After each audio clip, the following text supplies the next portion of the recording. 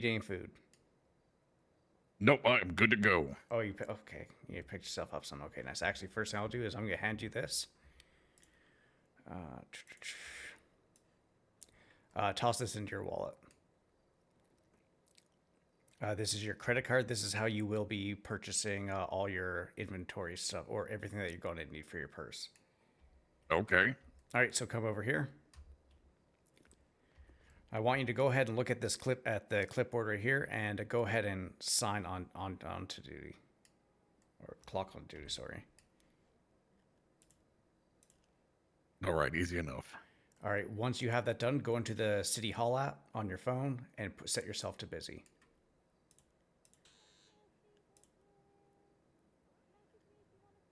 All right. All right. Perfect. All right. Come here. Follow me.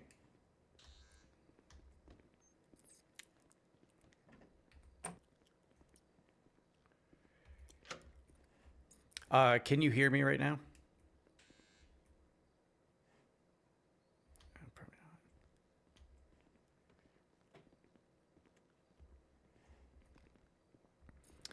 Can you hear me? Oh yeah.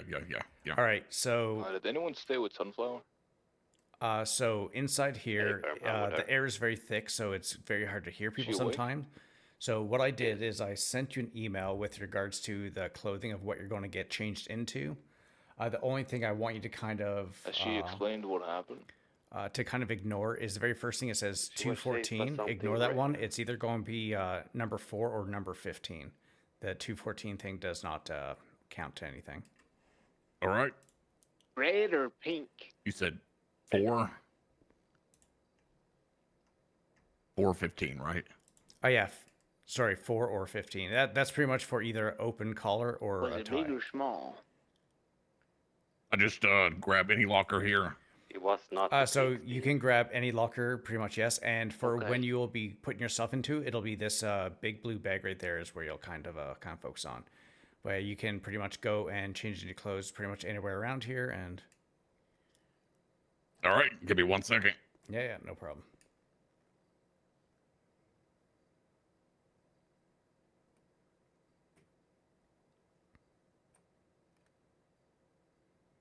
I mean, I checked the whole cell block. There's nothing in there, so I'm not sure what to tell her. I mean, we can call Anna and see if she wants to talk to her, but...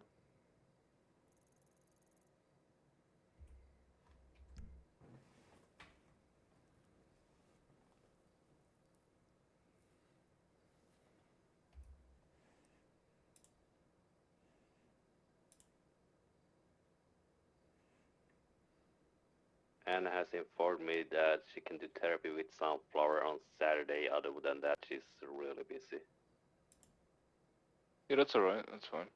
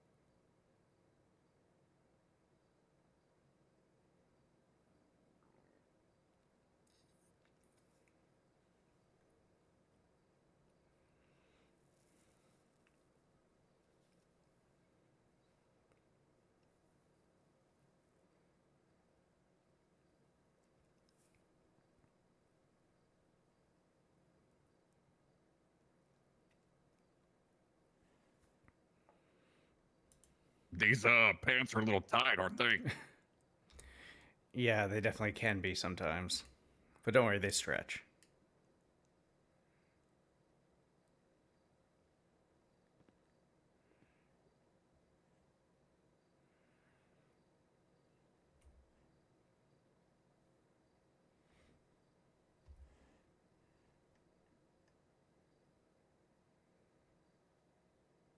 All right, I think I'm good to go. All right, perfect. So what we're going to do first, we're going to do a little bit of a tour of some of the things before we get into stuff. So the first part of the tour that we're going to do will actually take us into where you're going to be getting your equipment, because that way you can just get that and get your call sign stuff sorted out pretty quick. Do you have any kind of big questions at all before we get started? No, I've read over most of it. I think I'm good to go. All right, perfect. All right, follow me.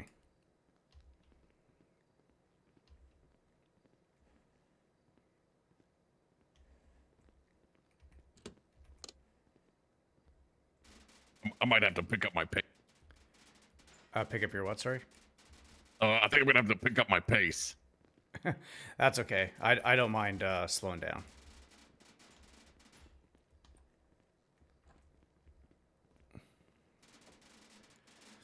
It's not like in here, it's not like we really need to get moving too quickly, and the times we do, they might as well just run.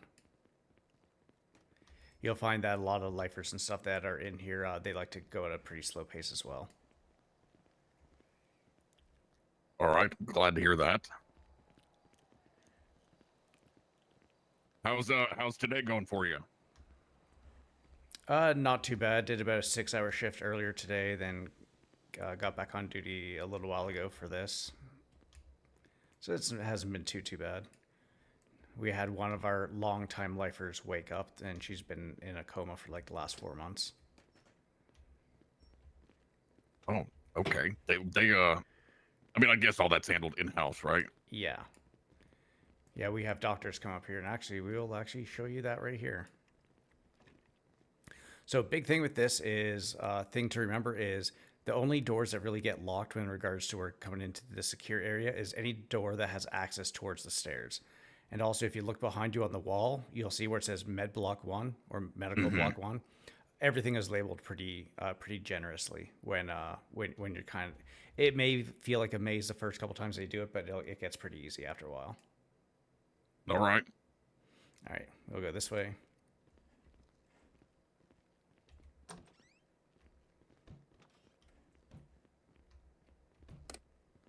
So this is our med block 1. This is usually where we hold our ICU patients.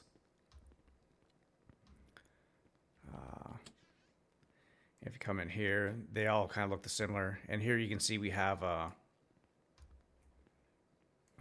two people up in here right now. We have a Mr. Jasper Saxon and Alia Volkov, who she just woke up today for the first time in 4 months. She's needing to get kidney replacements and stuff, and the hospital's currently working on that for her right now.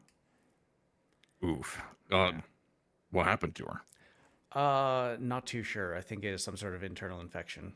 And then Mr. Saxon here, he got beat with a brick, and he's pretty much brain dead at this point.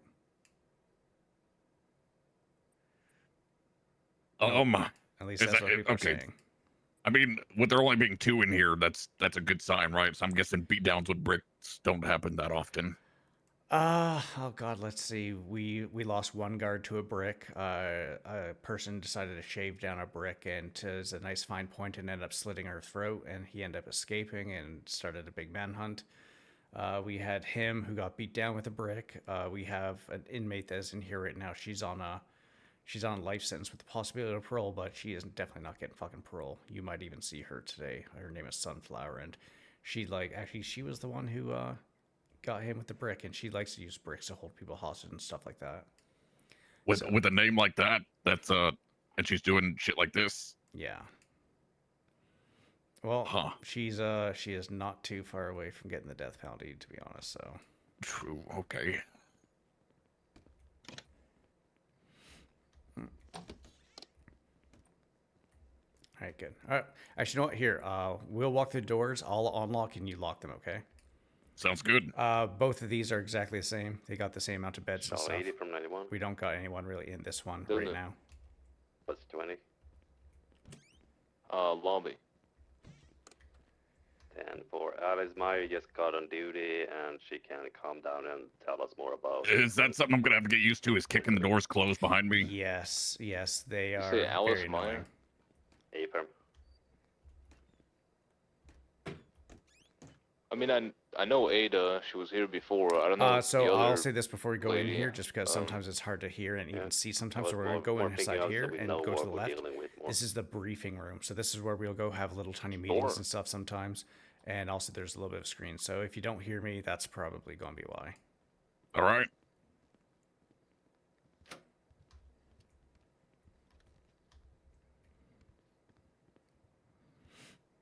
Yeah, so this is our meeting room.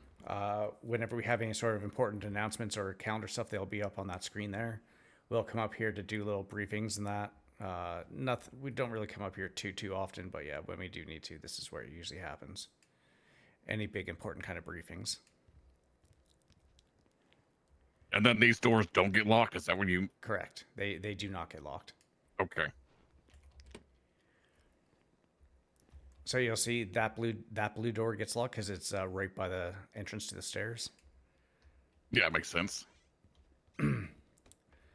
This is the one of the warden's offices right there, Jay Skeeber, and this is our other warden, Maxwell's office. If you ever need to do paperwork and you don't want to just do it outside somewhere, you can come and do it in this area here. Oh, nice.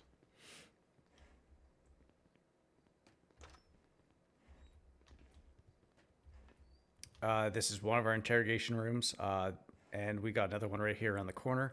So the big thing with this area up here is it is not soundproof up here. So when you're talking up here, you could people can hear you through the vents downstairs around visitation. The interrogation rooms themselves are soundproof, so you don't need to worry about that. If people are are inside of here with other people and it's not, say, a police officer, we do have to be in the room because we need to have that positive control because we're responsible for everyone's safety when they're in the prison. Understood.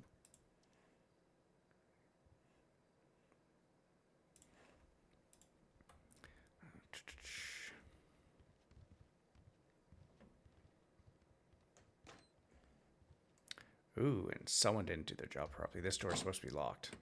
All right, so if you look at the wall right there, you can see it says interrogation rooms, storage, and med block 2. So if you are ever tasked with bringing in any sort of medical personnel, this is the way that we just came is where they will come from. And we will bring them down this way here because we cannot bring any sort of medical staff through the yard itself into the Gen Pop area because they're not part of the staff here. They need to be kind of kept as safe as possible, so we always take the back route. Yeah, it makes sense.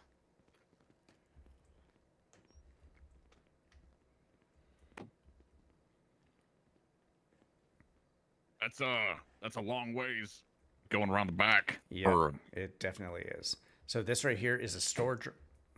This is the storage medical storage room. This is where if we have inmates that have any sort of prescriptions or anything, this is where they'll be stored. Usually in that white box on the wall there with the green square with the white cross on it. Okay. Won't really need to come up here too much. These fucking doors, I swear to God.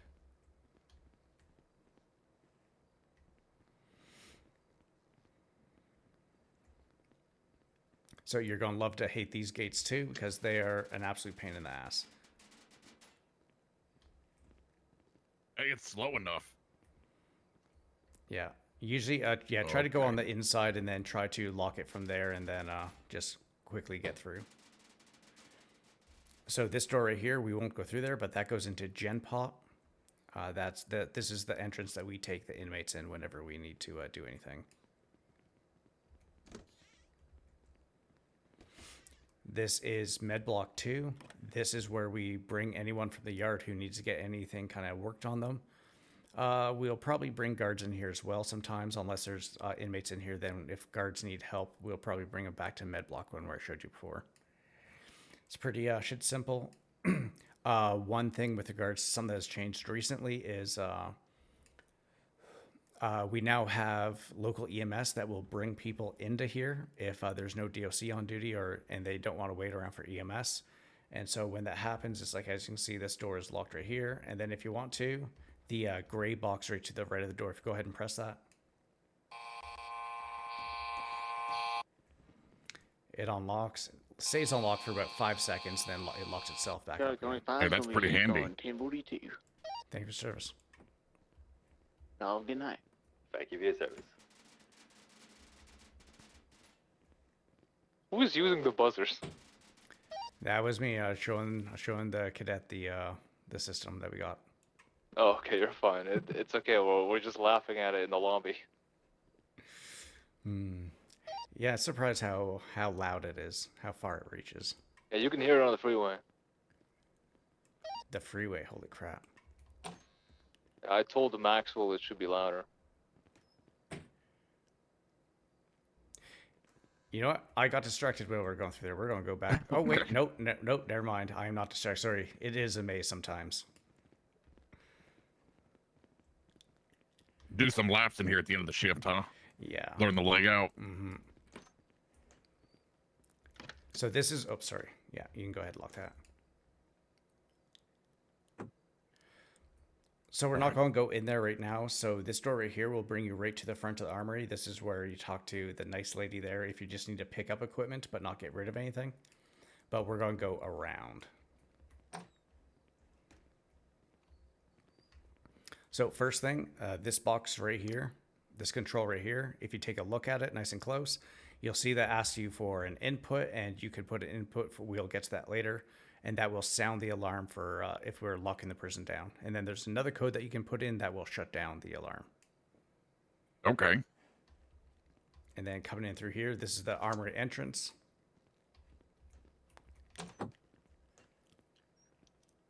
Oh, shoot. So again, this is the nice lady that you'll be talking with here. But what we're going to do first, one thing is this computer right here. This is where you will bring any evidence that you have. You will feed it through the system, and it will spit you out another thing of evidence, and you will be able to. This is what you'll be able to put in for reports and stuff like that. This laptop right here, don't go into it, but this is where we do our VR training from. It can be a little bit messy sometimes and will get you lost. If you look at the locker right to the right of it, go ahead and look inside there. You should see some, oh God, what are they fucking called? Some utility belts. Do not take a medical utility belt. Take a normal utility belt. And hopefully there will be a radio and an MDW with it. If not, that's okay. Oh, yeah. It has both? It does. Perfect. Carl Brown. Yeah, all right, perfect. All right, follow me over here. So this garbage can right here, this is where you put all your broken equipment. Do not put any food stuff in here. This is only for DOC equipment. Okay.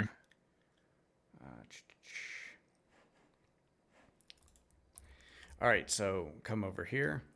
You'll talk to the nice lady. Go ahead and just tap her on the shoulder.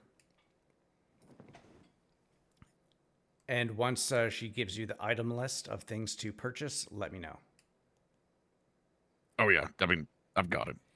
All right, so you need a taser, 5 taser cartridges, handcuffs, flashlight. For the camera, you're not going to pick the camera that's up at the top. You're going to go all the way to the bottom and pick the police camera. All right. Fingerprint kit, GSR test kit, evidence bag container, and wristwatch.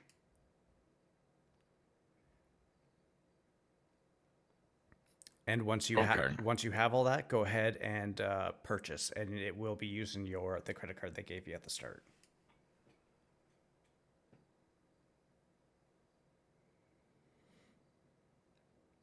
Jeez. Yeah, it's a lot of stuff. Let me know when it's all in your pockets. Yeah, good. All right, I am just going to go into your pockets real quick. I just need to check on some things. I'm gonna put something else in there for you. All right.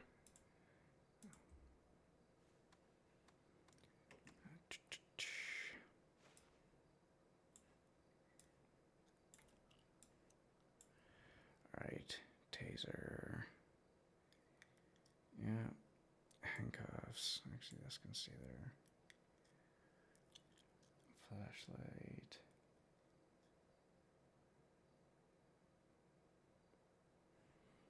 Radio.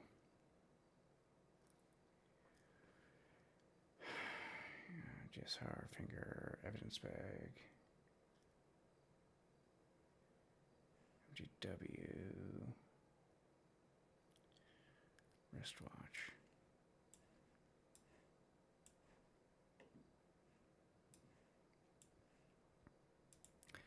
All right, so what I just placed into your pockets as well is evidence markers, okay?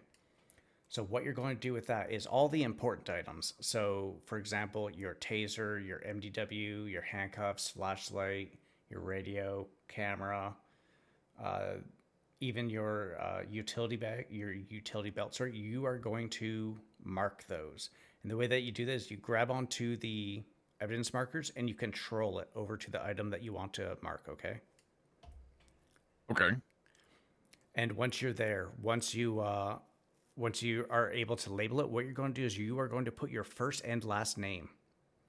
And then you're going to do a vertical line, then you're going to put DOC, another vertical line, and then your state ID. So that's your full name, DOC, state ID.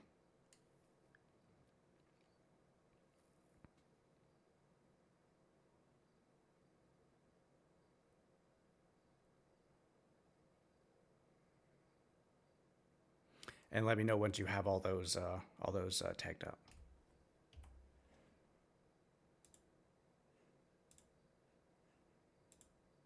You said like cuffs and flashlight too, right? Yes, yeah, pretty much anything that you think someone could use against you. Not too concerned about things like the GSR kits or fingerprint kit or evidence bag containers.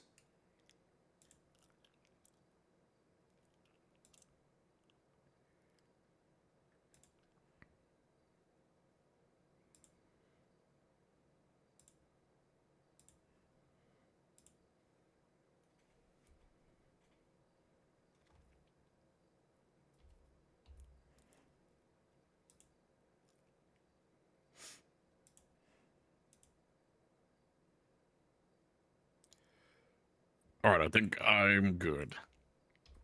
I'm just going to go ahead and look in your pockets again.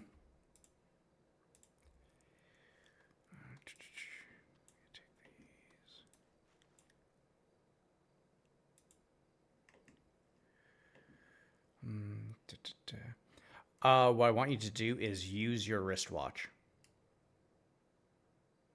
All right.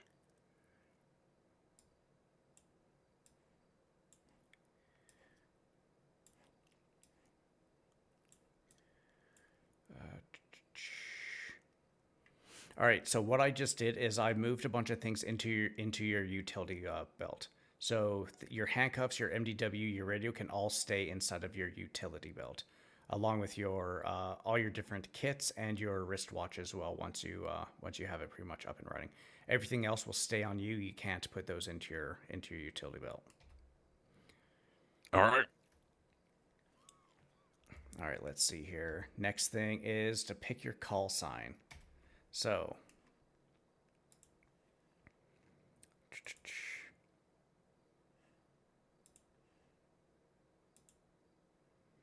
what I would like you to do is pick a number between 1 and 150, and I will tell you if it's available or not. I'll try 84.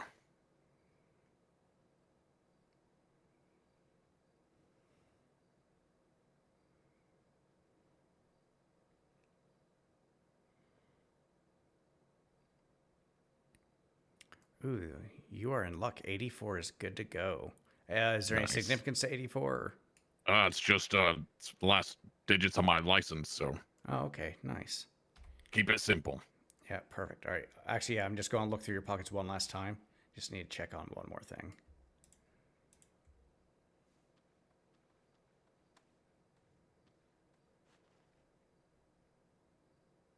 Oops.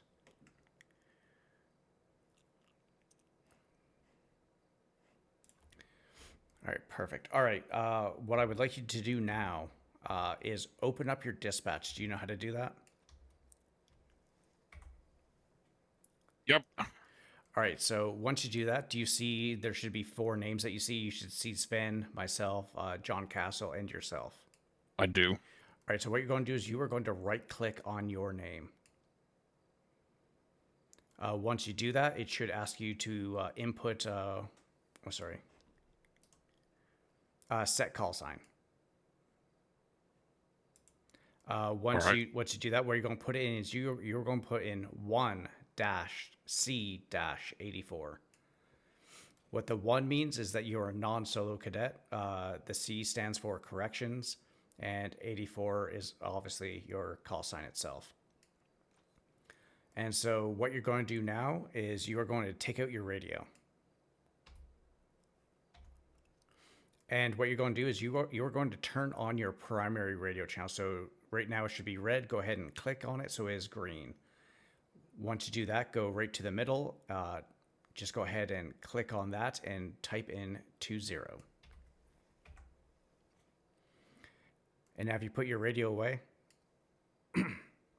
and you open up your dispatch again, you will see that you have channel 20 on your dispatch card. Oh, nice. And so that pretty much tells you what channels you're on. You'll sometimes see people will have a channel 1 there as well. That means they're listening to the main kind of PD radio.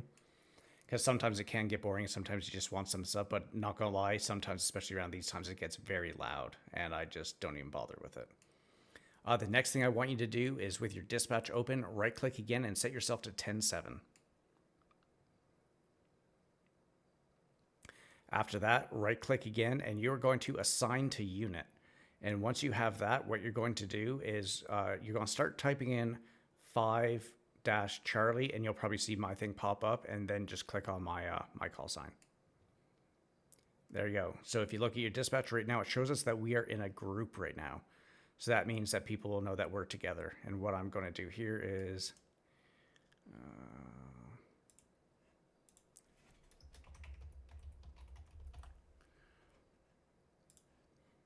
there you go. So I put onboarding on there because that is what we're doing right now. We're going through a quick onboarding. The other things to see in that is if you look at the top right, the radio channels. That shows all the radio channels that are currently being used. If you click on any of them, it will say every single person that is using that radio channel. But what you can also do too is at the bottom right where it says available units. Right now it has job DOC. If you click on that, you can go on police and you can see everyone who's in a group or everyone who's solo. And same thing with the EMS, the doctors, dispatch, all those kinds of things. That's pretty nifty. Yeah, it's pretty good. It's pretty easy to work to. So in the top left, you will see dispatch alerts.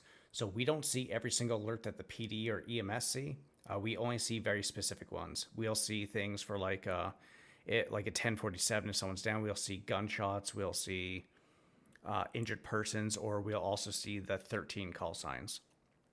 If you ever need to make a card, up where you see all alerts, right to left is a little plus sign. You don't need to do this now, but that is creating a call, and you'll be able to kind of put in the call type. Normally, what we'll do for this is a 1091. Do you know what that is?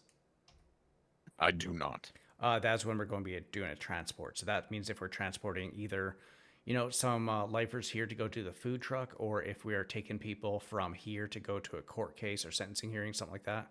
We'll usually put it in there, and then in the bottom it says description. So we just put in a big description of exactly what's going on there. We don't really mess around with the call type. We leave that alone. And because if we put in high priority, then every single person gets an alert and they're like, what the fuck is that? All right. So what I want you to do now is going through the SOPs, do you know what to do when you're first coming on duty? Shoot, hold on. No, that's okay. If you're not sure, that's okay. I can. Oh, I mean, I would. I'm assuming I get on the radio and go 1041. Perfect. And how would you say it exactly? Charlie 84, 1041. Perfect. Go ahead and do that now. Charlie 84, 1041. Welcome aboard. All right, perfect. Another thing that people will tend to do, Welcome aboard. I don't do it a lot, is They'll get on the radio before they do their 1041. They'll just do a radio check. That's just check to make sure that the radio's working, because then people will come back and be like 10-2. That means that you're good to go. They can hear you and everything's kind of working. Then you'd go to 1041. I don't do that all that much, but if you do choose to do that, that is fine. All right.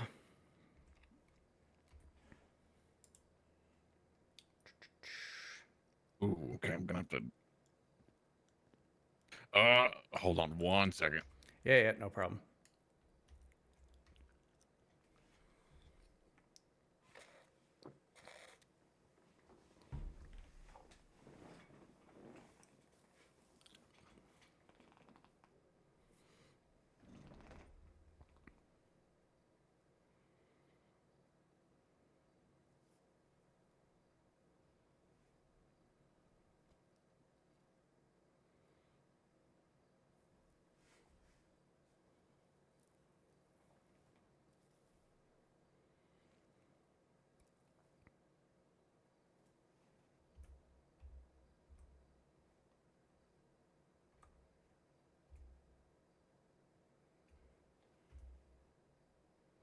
All right, yeah, sorry about that. I'm good.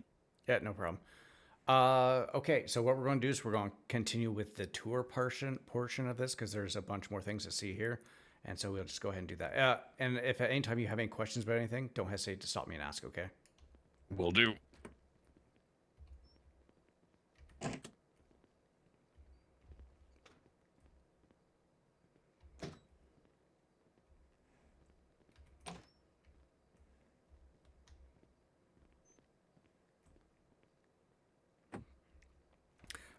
Through that door right there is the is also Gen Pop. Go to the left, and that is where the visitation is. Go to the right, and that is where going to the right, that's where we get to Med Block 2 and also into the yard itself. But we're not going to go there quite yet. We're going to go and do more stuff this way. All right.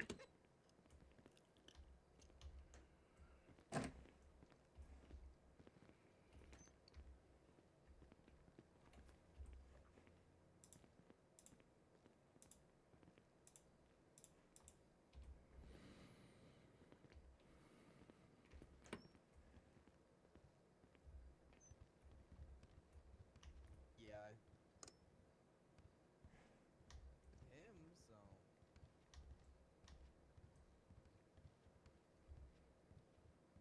Oh, fair.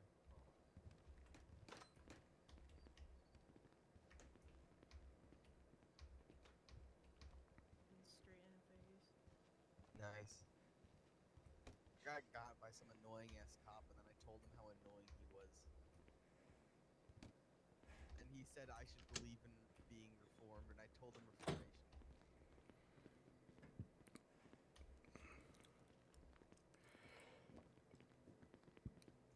He said no, that cop was me, and I was like, yeah, I'd shoot you too. You seem pretty annoying. So very important to know is these doors here can be locked. Make sure to never lock them, because this is how people are able to get into visitation to see the people that are with them. Didn't because And he again, this is realized just that the I would've- normal kind of I would've been that Gen petty Pop to side of take you visitation. for Or not being Gen with Pop, sorry, me. this is the Doesn't civilian side wanna of go to visitation. court. So he let me keep my weapons license, but charged me with criminal possession of a handgun. I didn't use it, which is why.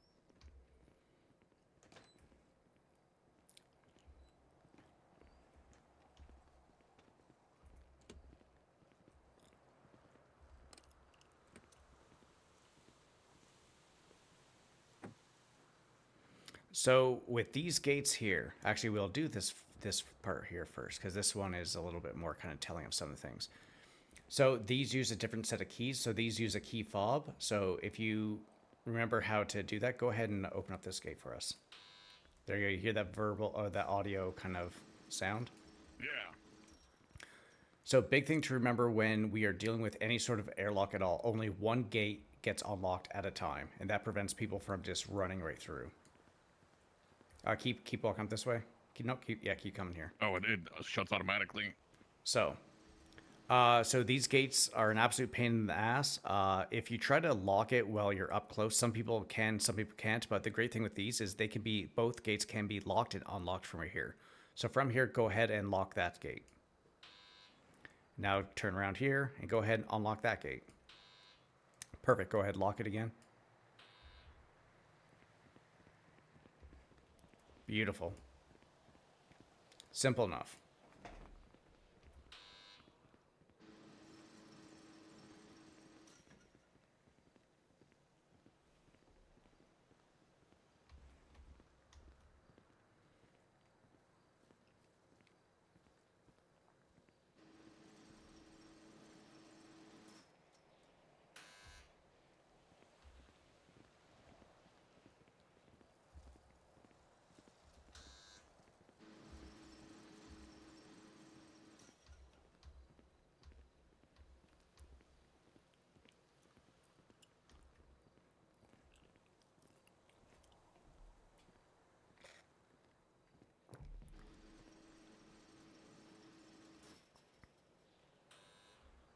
All right, come over here to this box right here.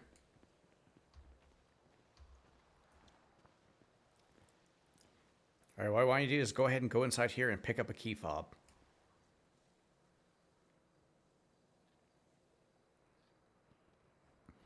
All right, once you have that, we'll come over this way here.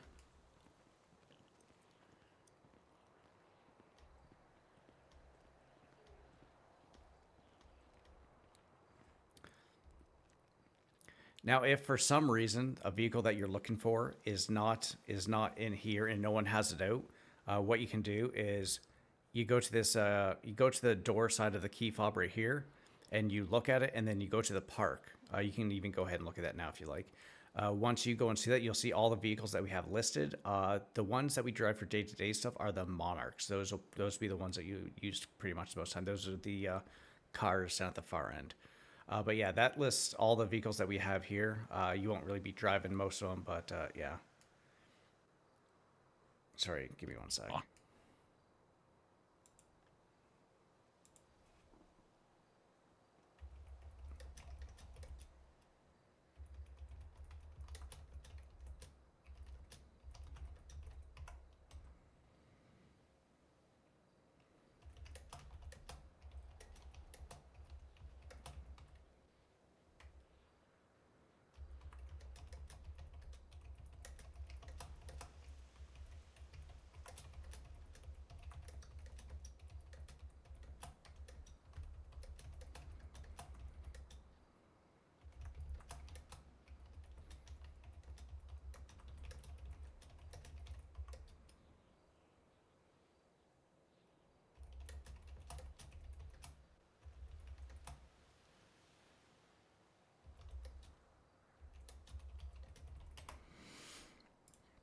Sorry about that. One of the other cadets is very keen on getting on duty. So That's a good sign, I guess. yeah, so this right here, this is a scout. This is for the wardens and the wardens only. This is a buffalo. This is for pretty much high command, and that's it. Now these two vehicles here, these are the ones that we will be using for transports. We don't use them for doing food runs or anything, just because they're super fucking expensive to repair. So we have a 7-person vehicle here and a 5-person vehicle here. If we're ever doing it, what we used to have is these paddy wagons, which would be like a front seat, passenger seat, then a huge open box in the back. And we'd always have to have someone in the back with the inmates went in there. But for now, we can do single transports if we really kind of need to. Oh, they get rid of the paddy wagons? Yeah, they sold them so that we could afford all these other things. These two vehicles here, these are what you'll be driving most of the time. These are Monarchs. What I'd like to do is go up to the driver's side door and go ahead and drive it. So you have to look at the driver's side door there you go. Go ahead, hop in.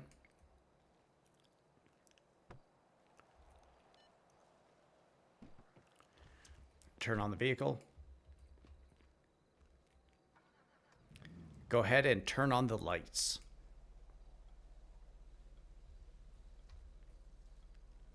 Wait, did you mean the headlights? No, sorry, the flashy lights. There you go, perfect. Turn on the sirens. There you go, perfect. Turn them off. And turn off the lights. Perfect. Go ahead, jump out, or turn off the vehicle, jump out. And then go ahead and park it. Perfect. Any kind of questions with that stuff at all? So okay, so when I hit the sirens, I hit the one on the right instead of the. Should I have started with the alt knob on the left? Yeah, yeah. I always go Okay. with the one on the left. Yeah. All right, good to know.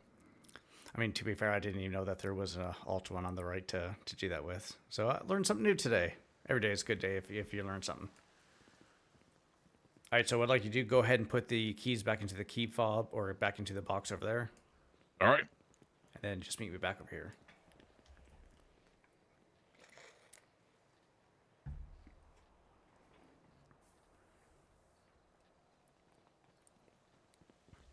All right, so this is the north yard over here. If inmates get into this side here, if people ramp into the prison from here, they can get to pretty much anywhere in the prison on the outside at least. So that includes the south yard. Because if you look up there, there are stairs that go up to the catwalks, and there's one catwalk that actually connects everything together. Huh. This right here is our parole area. So if we have people that are going on parole and they're pretty much have their parole date sent, this is where it is. All the witnesses and stuff sit over there. We have 5 board members. It'll be the 2 wardens, a judge, a medical person, and I think a DA, I believe. I'm not too sure. And then obviously you'd have the person on parole, their lawyer, and then all their witnesses. We've had 2 so far. Well, 3 technically, but therefore 2 people.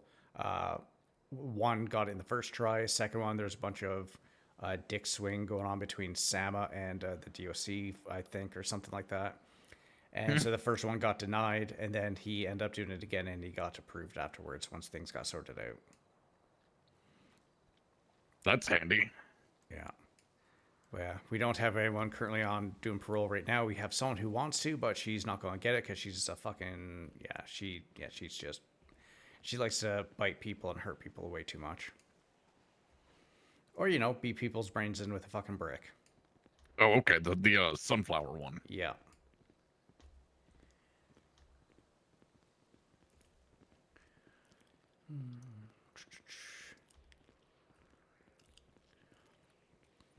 But yeah, if we ever want to do some training and we don't go into VR, sometimes we'll do things here if it's a little too crowded in the south yard, but normally this place doesn't get used all that much. If you ever do go up on the roof, be careful because that building over there, there's a beehive up on top.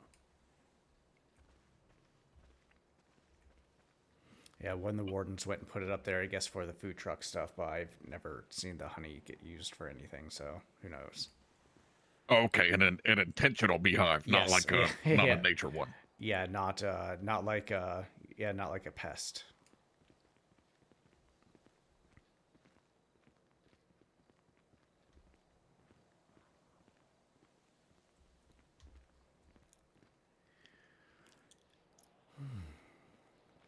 So this right here, this is where we used to have the canines when we had them. We did have 3, but our lead canine handler and our other canine handler left the DOC. So we got rid of them. We have 1. Her name is Pyro. She works for the PD right now. And the other 2 got sent back to the mainland. Well, that sucks. Yeah. All right, so something we're going to do right now. Just stop right there.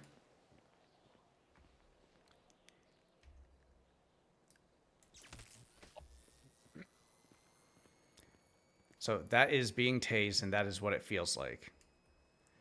Yep. So go ahead and take out your taser. You're gonna have to first thing you're gonna have to do is reload it. There you go. And go ahead and tase me. Are you sure? Yep, go for it. Yeah.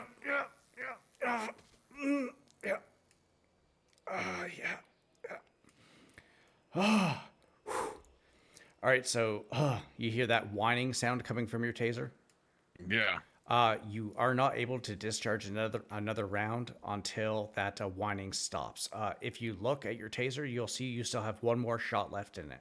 So don't reload until you use up both shots, because again, each taser cartridge has two shots for it. So yeah, go ahead and put it away. Take out your flashlight. And now what you're going to do is just kind of look around, and you see all that stuff on the ground. Oh yeah.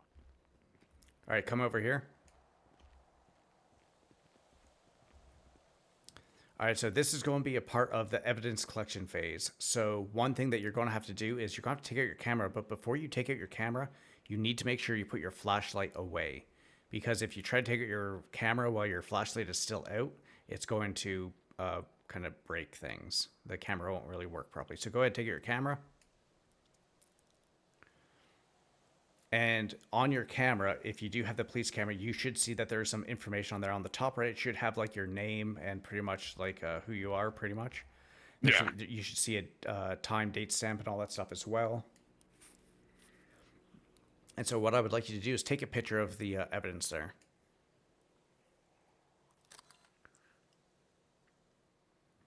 All right. And this is going to be one of those things where I'm sure you're probably used to the.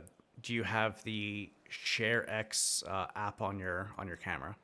I do. Okay, good, because you're going to have to use that for taking the pictures. The normal picture button does not work. Okay, so. Okay, yeah, that makes. I mean, that's a little upsetting, but Yeah, I know. Okay, so now what you're going to do is you're going to go into your tool belt. all right. And you are going to take your evidence bag container and you're going to bring it over into your pockets. Once you do that, you're going to use your evidence bag container. You don't need to label it as anything. You can just go ahead and be like, okay. And then you're going to have to go back into your pockets again, and you'll see an evidence bag, and you'll see that's closed. What you need to do is go ahead and use it, and that will open it up. And All right. once you have that done, take your flashlight out again. And go ahead and look for the evidence that is on the ground. And then once you see it, you go over to it and you pick up the evidence.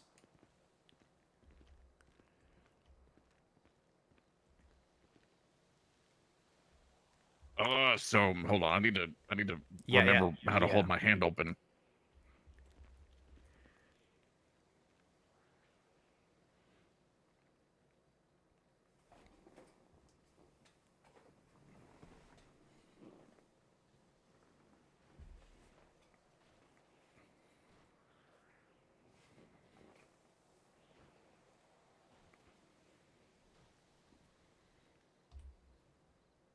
All right.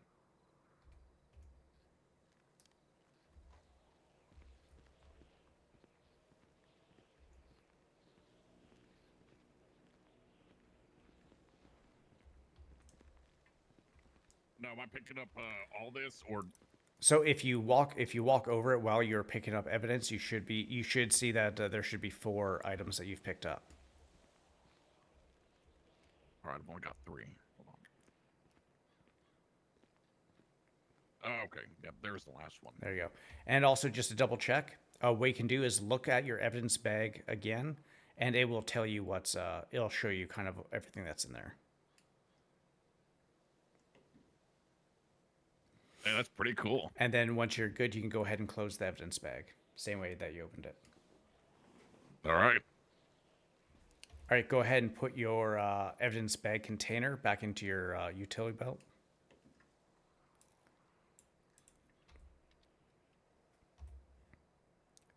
All right.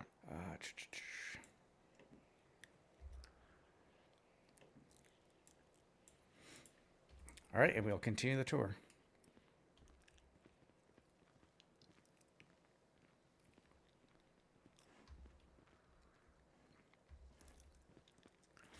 Any big questions with those things at all? Would I tag those with the same way I did my gear? No. You'll see. We're going to be doing that here in a minute. Actually, first thing we're going to do is use of force matrix. Do you remember what it is? The different levels. Wait, you want me to tell you what? Yeah. Sorry. Go ahead and Oh, okay. run me through from bottom to top. All right. So Level 1's just presence, just me being here. Us being DOC guards right out of the gate is already fourth matrix. Okay, kind of give me like a scenario. Like how would that be used? Well, like, let's say I'm standing with an inmate and they're contemplating, they're thinking about possibly getting rowdy, but then you walk out of the door nearby and now there's two of us. It might take them back a little bit. Perfect. Or if there's like two inmates kind of like scuffling, they see you walk out, then they're like, "Fuck, there's the DOC," and they kind of stop. Same idea. Yeah, All right, level 2. that's gonna be using my voice, my good old voice, shouting at them. So yeah, it could be shouting at them, or even just being like, "Hey guys, what's going on here?" Like just letting them know that you are there. Because even if you walk up, they might be so focused on trying to beat the crap out of each other that they don't even notice you walking up.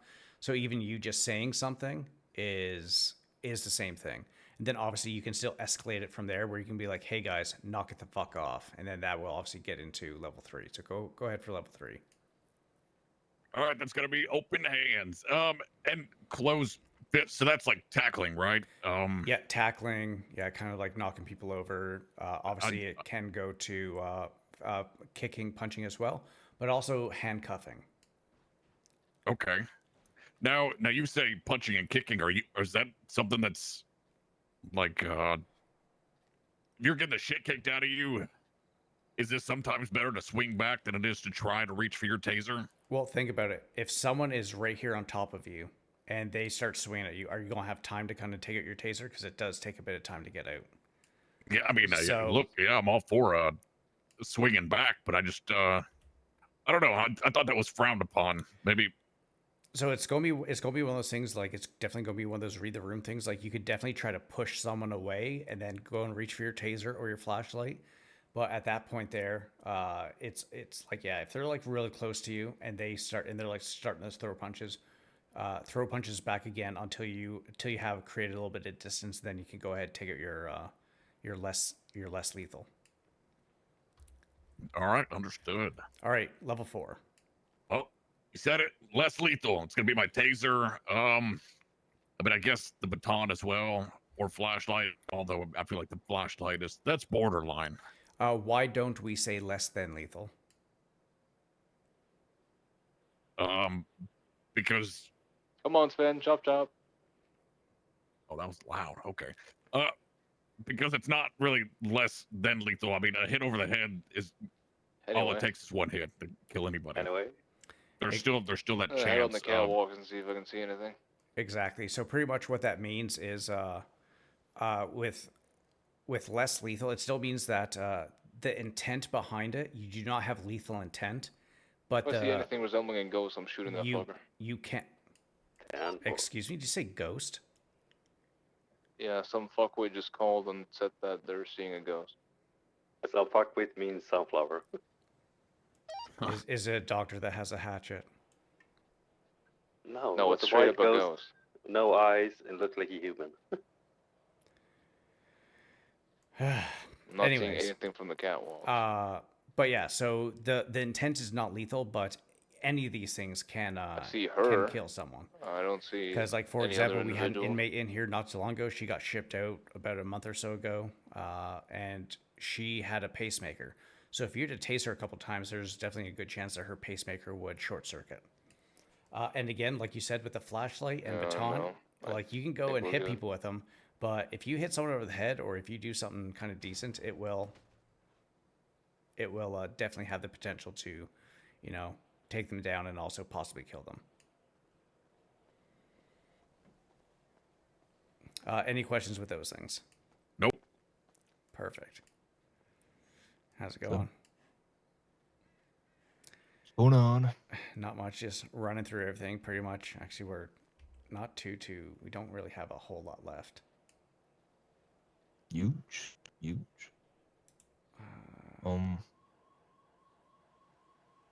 I came here for a reason and I forgot why. Is That it with sucks. regards to the text that you sent, or? I don't think so. Okay.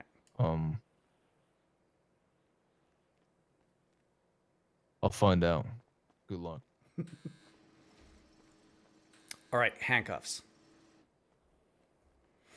Do you have the ability to go ahead and soft cuff, hard cuff, and also let people out of cuffs? I do. All right, go ahead and place me into soft cuffs. All right.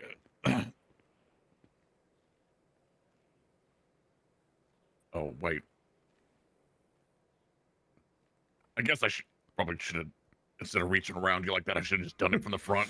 Yeah, and also before you cuff anyone, either way, what you will need to do is, Oh, going for cuffs. yeah, not going for cuffs. Don't say that. Say, give me your hands, give me your wrists, something along those lines. Oh, okay, that's different. Yeah. You want me to Yeah, loosen them up? Yeah, so go ahead and take the cuffs off. Perfect. And then go ahead and hard cuff me. All right. Give me your hands. Oh, There you go. Oh, Yeah, oh. yeah, it's fine. Just Alright, hold I'm bones. 76 back to the yard. Go ahead and get him out. That's I probably yanked my shoulder a little too hard. No, it's fine. It's fine. Damn. I'm used to it. But yeah, so normally what we will do is we will soft cuff people in here. The only time that we ever hard cuff people is when they're being an absolute pain in the ass. This includes when we're transporting people. When we're transporting people, we will usually soft cuff. Along with that, if we are bringing an inmate anywhere that is going, say, into solitary, into therapy room, into anywhere that's a secure kind of area where inmates usually aren't allowed, we will soft cuff them first, and then we search them. No matter what, we soft cuff and then search. Soft cuff and then search. It's even when they're leaving anywhere, you search them. If they pretty much like go through a main kind of door that takes them from one area to another, you search them. You'll see it when we get there. Cell block 4 is where we have a bunch of activities for them to do. And even there, you don't have to soft cuff them because they're going in there for good behavior. It means that we're working some time off for them. And it's pretty much just, hey, I just need to search your pockets, and they'll obviously say like, yes, go ahead. Then you go ahead and search them and you take any contraband off them that they might have. And then when they're leaving cell block 4, because there's a lot of metalworking projects and things in there, so we always search them again on the way out because we don't need them to have a sharp piece of metal, a hammer, or anything like that. Okay, so you're searching them before and after. Before and after, and that's when we do everything. Whether we're taking them to the med block, whether we are taking them inside somewhere to have a conversation, even if it's a therapy room or solitary, including cell block 4 as well. Those ones they get searched before they go in, and they get searched before they leave. All right. Because criminals are very crafty and they can sneak things pretty quickly sometimes. I mean, we had one inmate stab a guard in the neck with a pencil. That got left back here by someone one day. No one saw the pencil, but she was able to find the pencil, grab and stab one of the guards and kill her. You know what, right? You're not telling me very many happy stories. I'm just hearing a whole lot of people getting fucked up. Well, it's one of those things where I want to make sure people are prepared for it, because even though a lot of people in here are, decent and they're okay, they're still criminals, and even especially people that are in here for life. They're not in here for, for taking stuff off of grandma. They're here for some pretty heinous crimes. And yeah, understood. And don't get me wrong, like the team is pretty good. The team is pretty solid with regards to how they do things. But the big thing to remember is the inmates are here for a reason. A lot of them are very violent felons. The one big thing to remember as well is they're not your friends. You can be friendly towards them. I am actually very friendly with a lot of different gangs and stuff that are in the state. I treat them very well, whether in here. It's all about you. They give respect, you give respect right back. But if people start trying to test your limits and trying to see if you'll do things for them, for example, corruption, because corruption is, as you heard in your interview, is something that will get you fired out of here pretty quick and probably have you back in here in a different way. 10-2. 10-2. All right, let's talk about searching. Charlie 00741. Tell me what you think is, are you allowed to search whenever you want? Welcome, I guess. I feel like here in prison, the answer is yes. Do you think you should search at whenever you want to? No, I think that goes back to the respect thing you just mentioned. Exactly. If you're being an asshole guard and you're going up and just be like, hey, you come over here, I'm going to search you. people are going to notice, and word's going to get around, and you're going to find yourself in a very bad position. Either you or some other guard is going to probably end up getting attacked because of that. Make sure that when you are searching people, you do it for a reason. Actually, we're going to go over the difference between frisking and searching. So what I want you to do is I want you to go ahead and frisk me right now.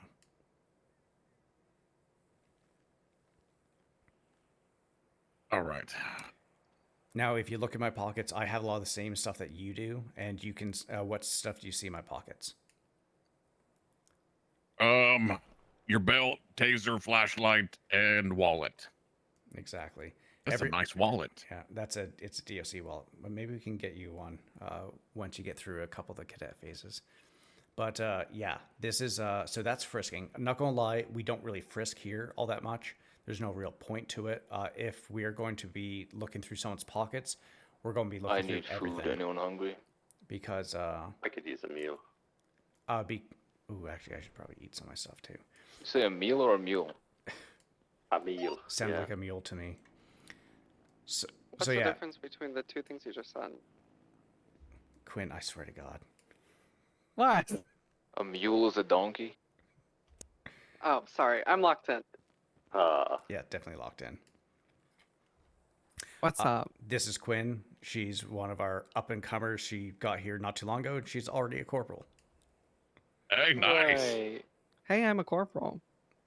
I do the shift lead or whatever. Yeah. I'm taking the mornings. She takes afternoons, evenings, and yeah.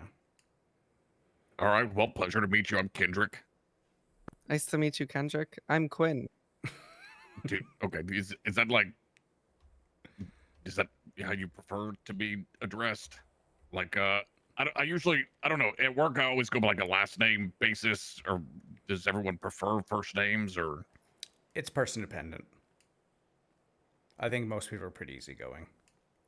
Yeah, you can call me Quinn. I mean, I think everybody calls Tim Tim.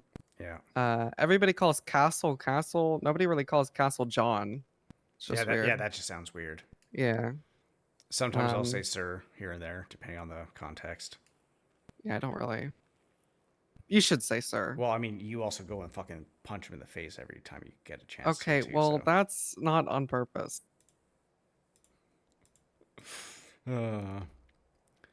I should call him sir. Is that what you? That's what you said. Yeah.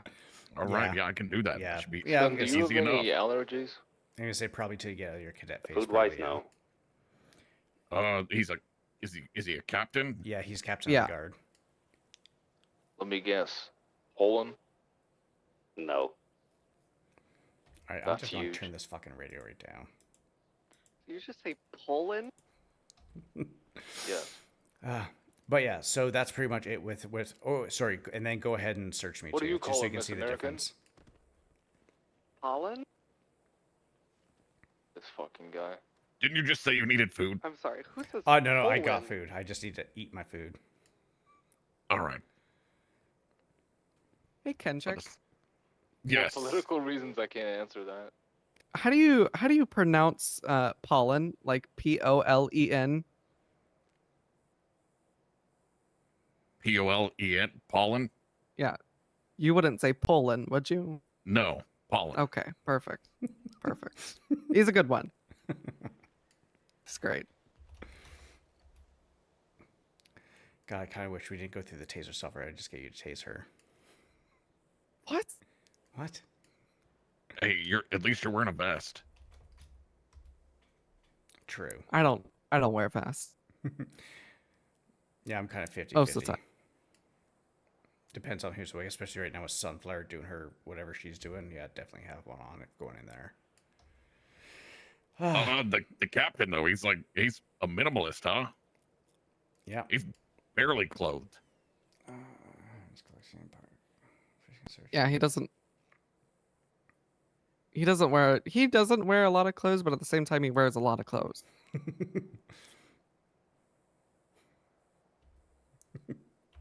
I don't really know what that's supposed to mean, but it means something. Definitely something. Charlie 8076, Bangers and Friends, because funny name. 10-4. All right. 1013s. Run me through them. At least what you know of, because it's probably going to be different than what it actually is.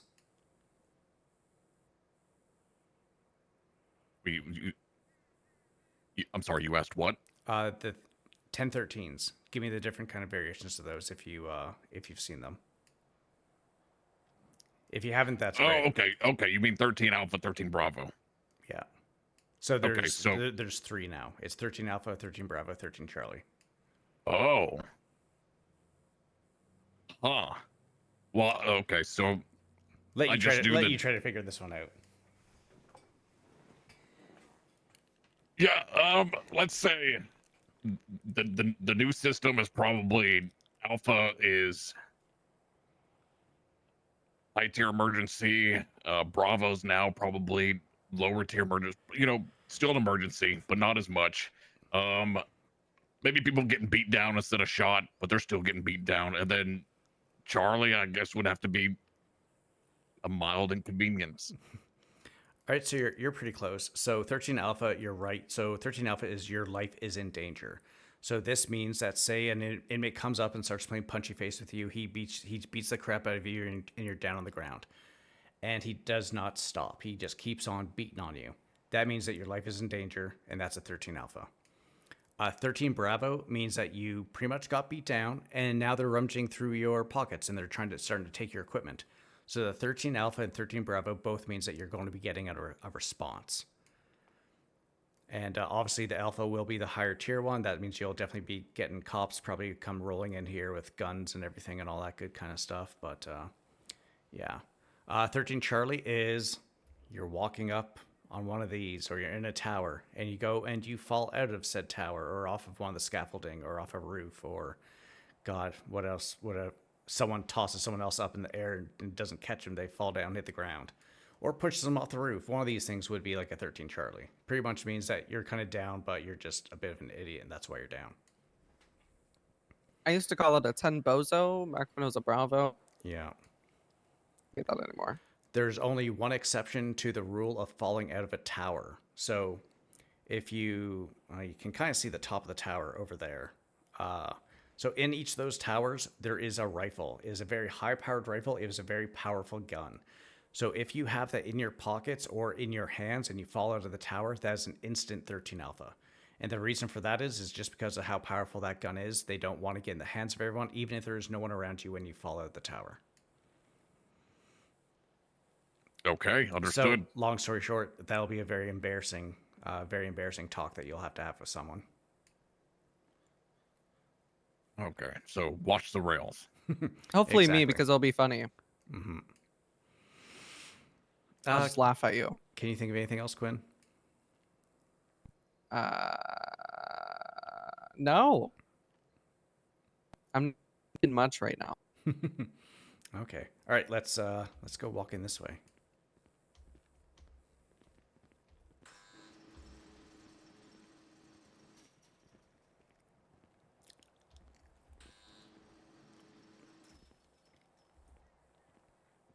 See, Quinn's good at that stuff. I fucking suck at those fucking gates.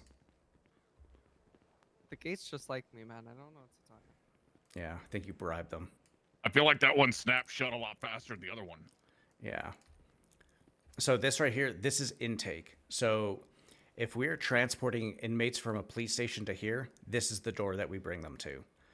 So obviously you'll go and get everything that you need from them. When you are doing a transport, the information that you'll need to get from the police is obviously going to be the person's state ID, the time that they're going to be sent up to prison, and also their parole.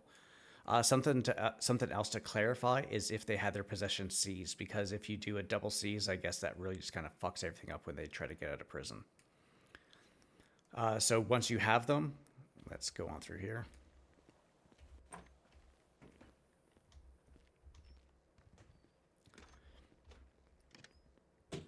So if you stand right here, if you go and look at me, you can see an option to pretty much seize my items. Do not seize my Finn, items. it's only you, right?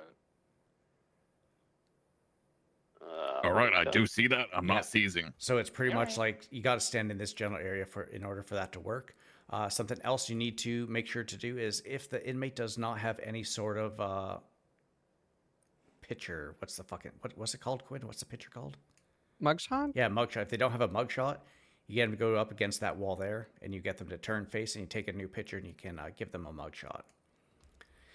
Something else that you should be able to do, but we can't do it right now, is you want to make sure that the individual that you have in custody is the actual individual that you were told.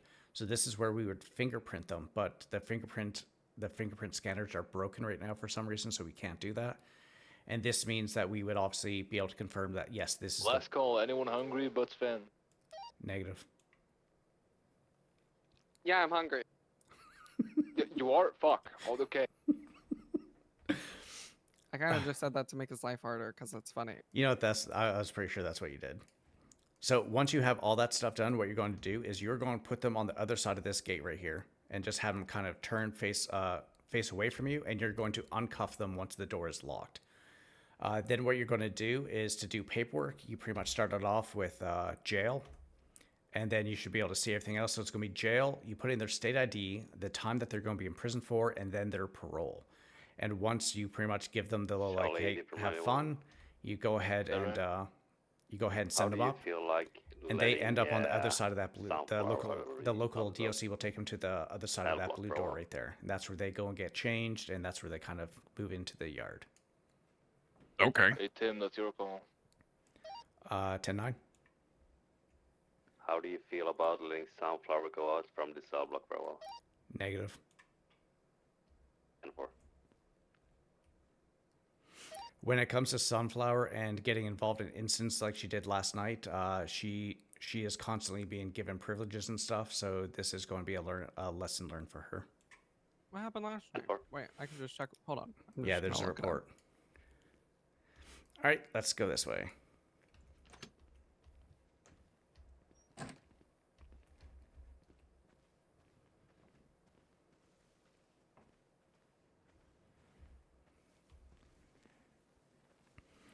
So before we do the rest of the contour, we're going to go back to the armory, and I'm going to show you the how to process evidence. Oh, fun.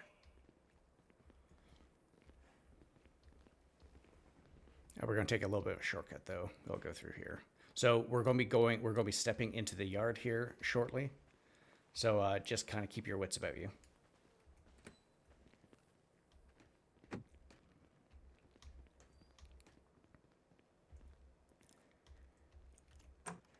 So yes, first part here is right here. This is our meat storage.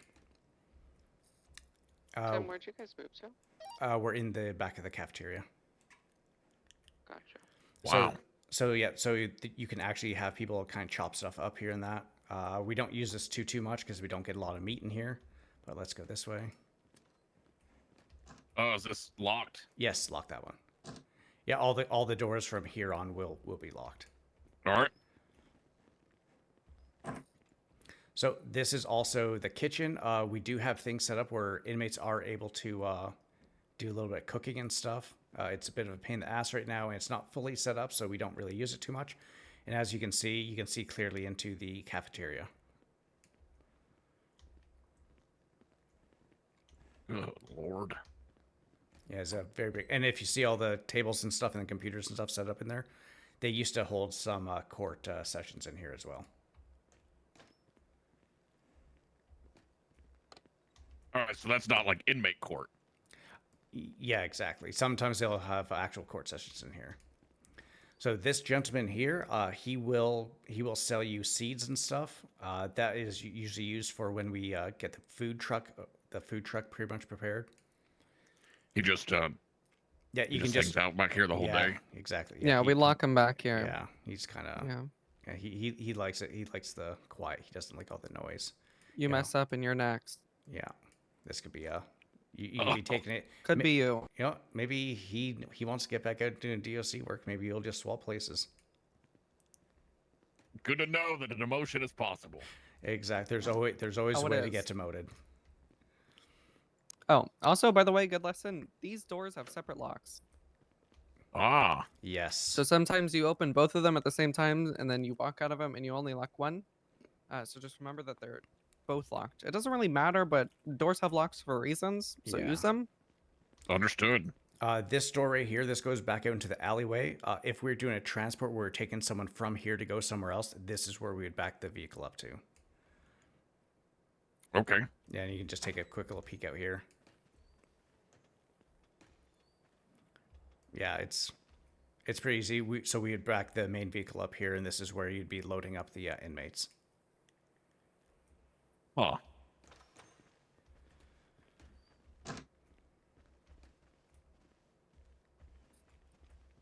All right, so now we are going into the Gen Pop area. So like I said, just keep your wits about you. I don't think there's anyone in the prison right now with the exception of Sunflower.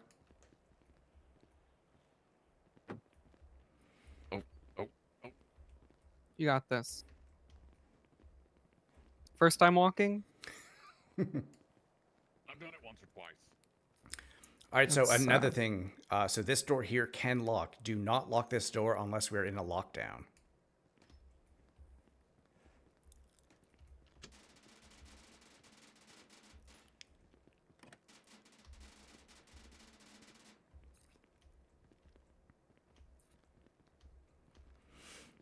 So as you can see, this is just an upper level to the cafeteria. If there was going to be any sort of court, over on that side over there is where the judges and such would be standing and presiding over everything. Also, if we need to do anything where we're keeping an eye on people, we can keep an eye on people up here if we have the area locked down, or if, say, there's a hostage situation going on in here. That'd be a sight to see. Yeah, I know. I have yet to see one.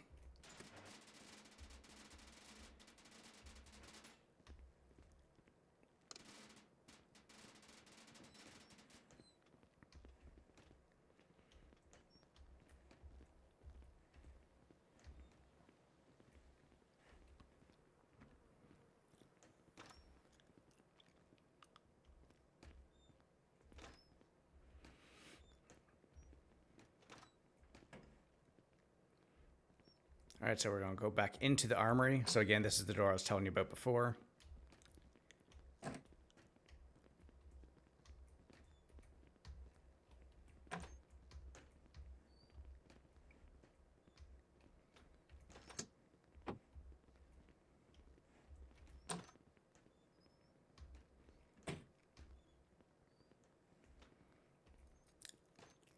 All right, so what you're going to do is you're going to come up to this machine right here, and you're going to go ahead and use it.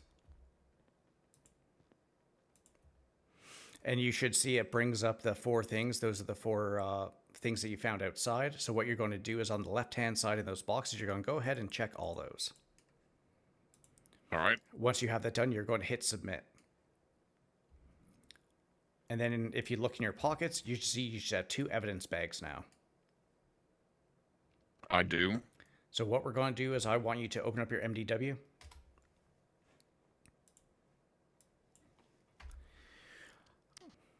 Go down to the search everything bar, and you should see DOC reports a few things down. Do you see that? I do. All right, we are going to go down to inmate Sven tackles Lucas training report. This is just because it's a training report, so it doesn't really matter all too much.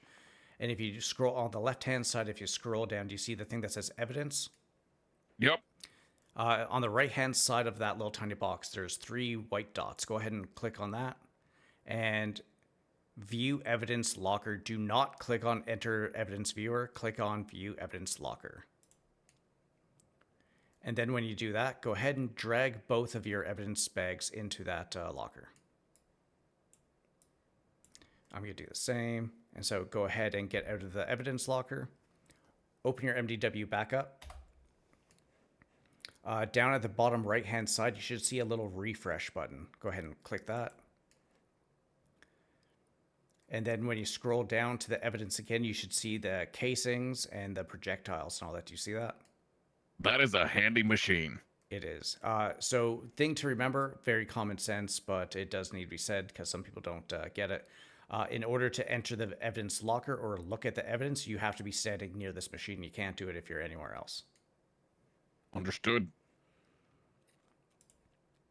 While we're here, we're going to go over some other things with regards to the MDW as well. So again, open up your MDW. Top left corner, you see those 3 solid bars. Mm-hmm. Go ahead and click on that. So go scroll down to documents.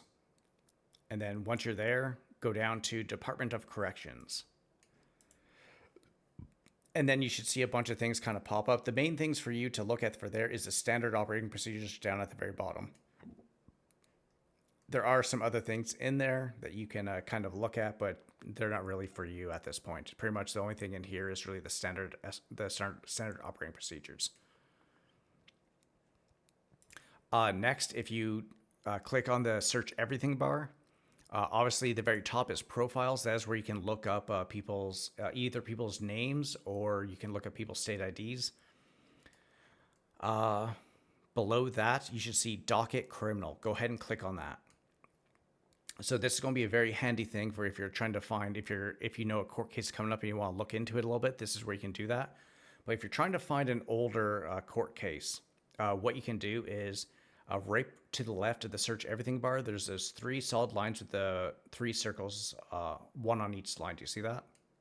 I do.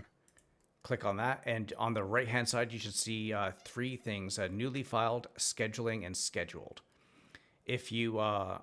If you click on the X for each of those, what that'll do is you'll be able to search any court case that has ever come up ever. If you have the newly filed, the scheduling, or the scheduled up there, that means that it's limited to what those 3 things are. It's almost like a filter. Okay. All right, so go ahead and click on the search everything bar again. And next thing you should go down to is obviously going to be the DOC reports. This is something that I definitely recommend on you going through and just kind of looking things up, especially to try to get a feel of the way that the prison is, like incidents that have happened. You know, maybe before you get on shift, look up and see anything that's happened since your last shift that you were on. The next thing that I want you to pay attention to is DOC notices. And in there are a couple important things. So there is the DOC bulletin board. Not really much goes in there right now. There's a couple things, especially with regards to going into cell blocks alone, which we do not do. Inmate transport log. You don't have to worry about that too much right now because you can't actually edit it. But whenever we do a transport for someone from the prison to somewhere else, we will log it inside there. The next thing to keep an eye on is going to be the Bolingbrook alarm switches. So I want you to go ahead and open that. And then once you have that up, you should see the note in the bottom left-hand corner from Ethan Maxwell, that is our warden. And you see the activate and deactivate button. Oh, okay. So what I'm going to have you do is you're going to follow me.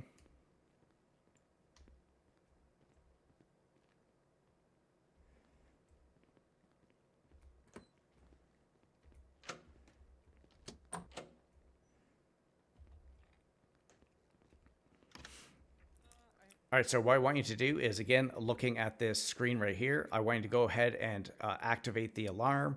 And then once you hear it going off, I want you to go ahead and put in the second code and turn it off. Whenever your 30-year sentence is up or whatever. Hey, Sunflower, you're gonna hear a very loud noise right now. But don't worry, everything is fine.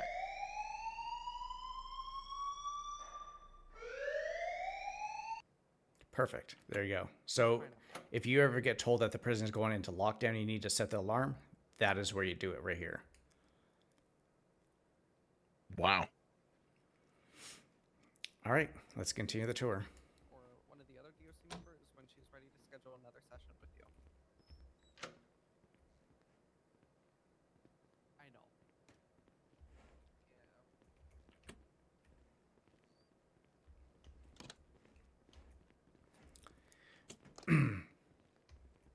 All right, so this is Senior Corrections Officer Tungsten. He is the individual that allows inmates to leave the prison once their time is up. He will take them and he'll bring them pretty much right up near the lobby, you know, just before the 2 double doors, the 2 double gated doors. That's where he brings them to, the lonely hallway it's called. Then we go inside here. This is the visitation. So this is where inmates can come and talk with people on the outside that come and visit them. If you look, every single bay has an MDW that they can look up in case they need to look up anything with regards to their court case and stuff. And up against the wall here are a bank of payphones. Every single cell block has a bank of payphones. Charlie 8076, Bolingbrook. With this, if you ever hear, if you know an inmate is, if an inmate is calling you and you know that they're inside the prison and you can see their name pop up because they've called you before and you have it marked, don't be alarmed. It doesn't mean that they have I have phone 5 on them. combos, so it's a 2 and 2.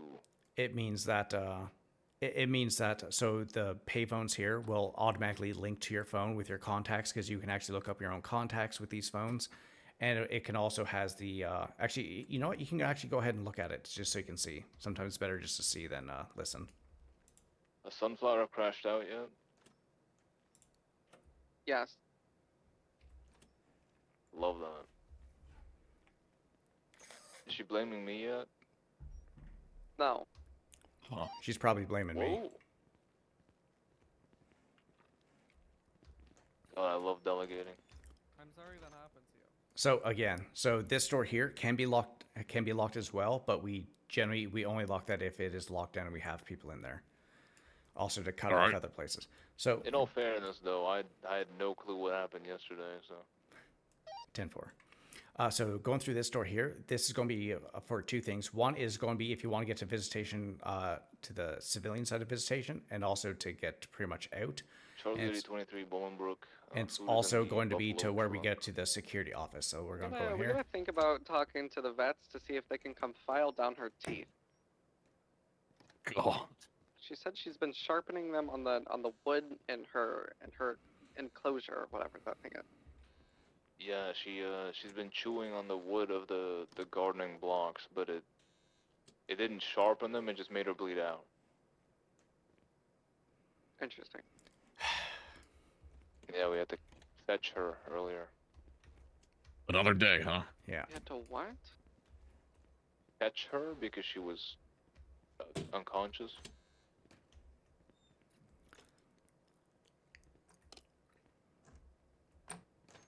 All right, so inside here, again, this is our secondary armory. So you can ask her and she will get you some more stuff. But there's no garbage can in here for you to kind of dump stuff. So that's why we kind of just use the other one. The one thing with regards to this office here is if you come over here and look at this gun rack.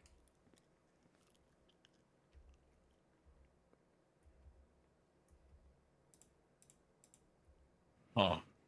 So if you go and look at each of those firearms, you can see how they are labeled. And so those are the weapons that we use for transports. We have them in here so that they're always done. We have, if you go back into your MDW and you go to DOC reports and you type in armory, right at the bottom, you should see DOC armory. Let me know when you have that open.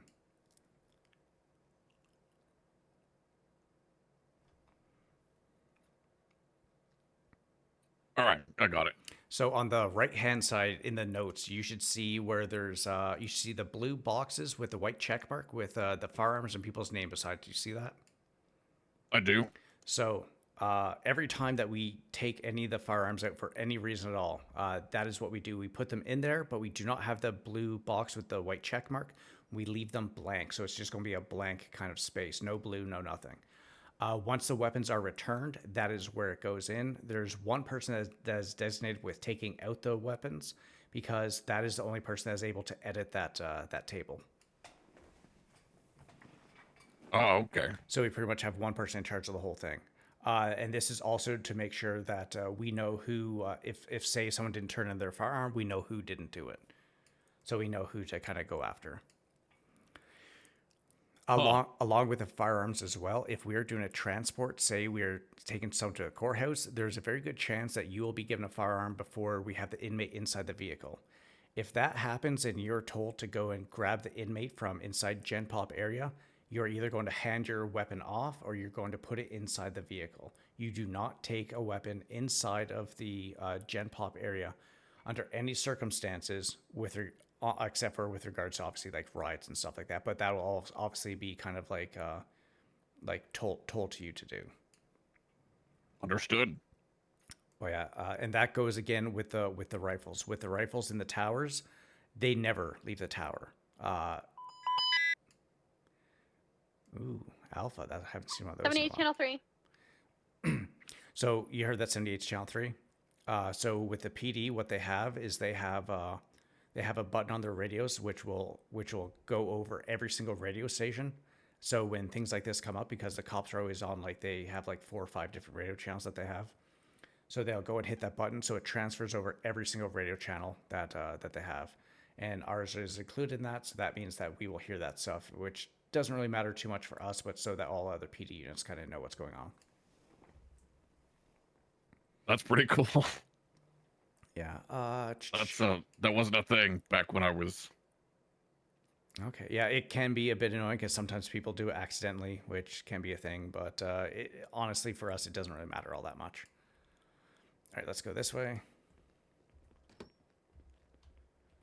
Actually, I just want to check something real quick. Just wait here.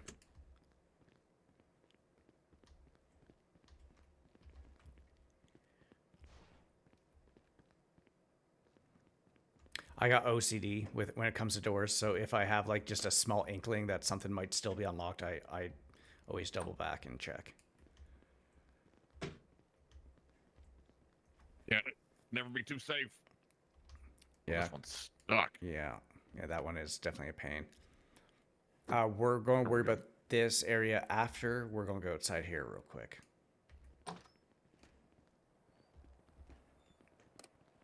So obviously back here, as you can see, that is obviously the motor pool over there. That's the gate that brings people from visitation to the lonely hallway and also up to the lobby. Follow me this way.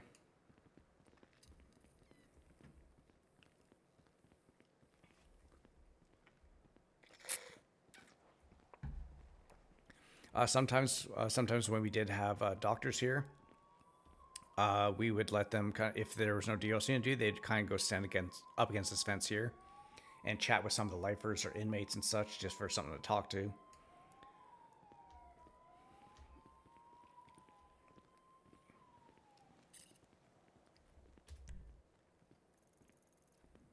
Ooh, you already did the department thing. So because if you look at your GPS, you can see my gray blip and yours is gray as well, which means that you went and you did you do it, or did it just automatically go like that for you?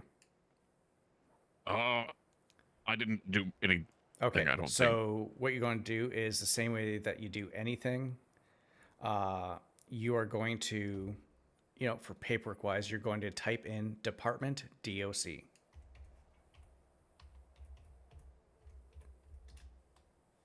Wait, where am I doing that?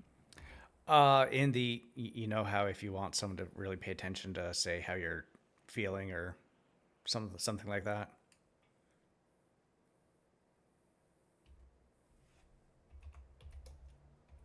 Okay, I got it. Yeah. Some things are just hard to kind of verbalize. So you pretty much type in department and then you'd put in whatever department you're in. So your DOC, so it'd be department DOC. So go ahead and do that. All right. And you should see a little kind of indicator saying that your blip color has been updated. So that is where, if you go ahead and look at your map again and you kind of like scroll out, you can see all the different colors everywhere. Especially down the city, you'll see the big clump of the pink, red, yellow, white, and all that kind of stuff. Oh, okay. So what, was there something wrong with it?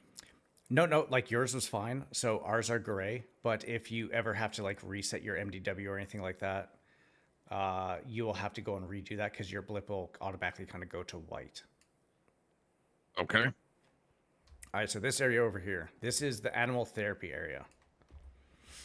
We don't really get to use this too much. We had a dog, a cat, and a couple of EMS up here a few days ago where we were just kind of sitting around and enjoying the time with them. We would bring the lifers out here from time to time. Actually, honestly, it only happened once. And then things just started going downhill. We were losing DOC people, so I guess it just kind of like stopped for a while. And also, a lot of our lifers haven't really been waking up all that much. All right, let's continue this way.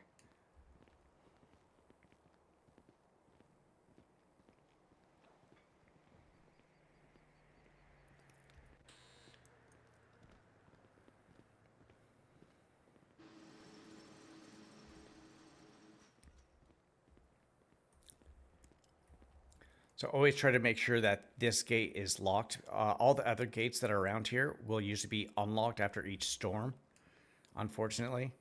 But the big important thing is making sure that this gate here gets locked, because if someone somehow gets into there, it's they can't really get too far.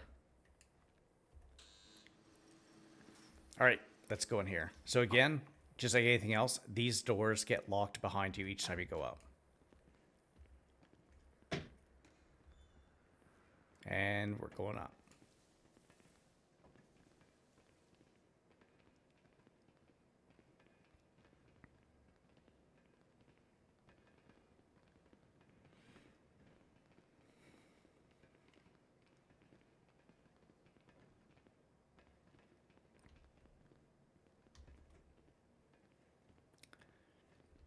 So right here, don't actually open it up, but if you just kind of look at this right here, you can see that you can take the rifle out of here. I don't need to do that, but just kind of look to see that you can do that. Again, so that's the rifle I was talking about. That is a very high-powered, very, very, very powerful rifle. So if you have that in your hands and you fall at the tower, that is an automatic 13 alpha. Okay. And the tower, or sorry, and the rifle never leaves the tower. Actually, yeah, just come out here. As you can see, you have a pretty good view of both the inside of the prison and also the surrounding areas of the prison from here. I mean, not really too much, nothing really too special, but all the towers provide a different kind of POV for everything else. And yeah, that's pretty much it for that. You spend much time up there? Up No, here? not too much. So big thing when you'll come up here is if we have the manpower, if there's someone attempting to break in, someone attempting to break out, we might have people up here. Charlie 91, 1042. Have a good night. Thank you for your service. If there's any sort of big incident, we will usually have people up in the towers. Like there was probably about 2 months ago, we had someone actually contacted me directly using some weird app on the phone that I don't know. I still don't know what it is or how they use it. But they pretty much were threatening the prison, and they said, the last thing they said is, "Oh, you're too late. You failed. Do the doors stay locked when the power goes out?" And so with regards to something like that, that was obviously obvious threat to the prison. And we ended up doing a lockdown. We had a person in a couple of the towers, and then yeah, everyone else kind of searching block by block.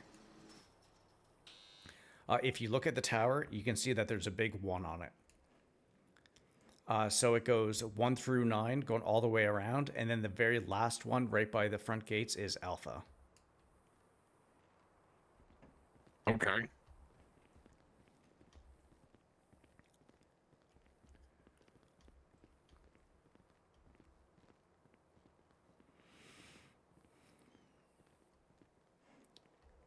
You can make your way back into that the security office. Do you remember how to get there? Yeah.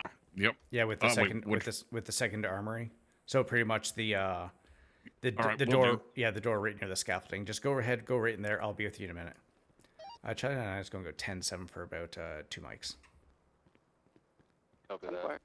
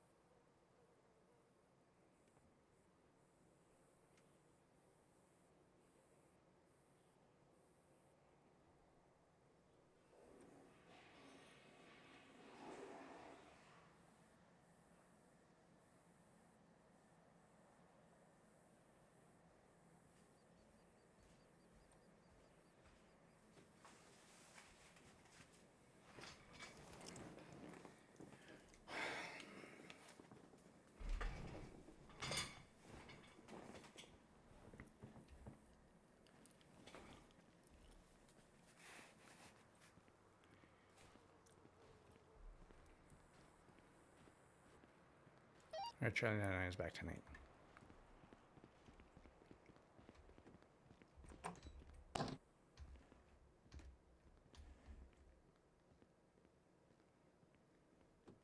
You can come back out here.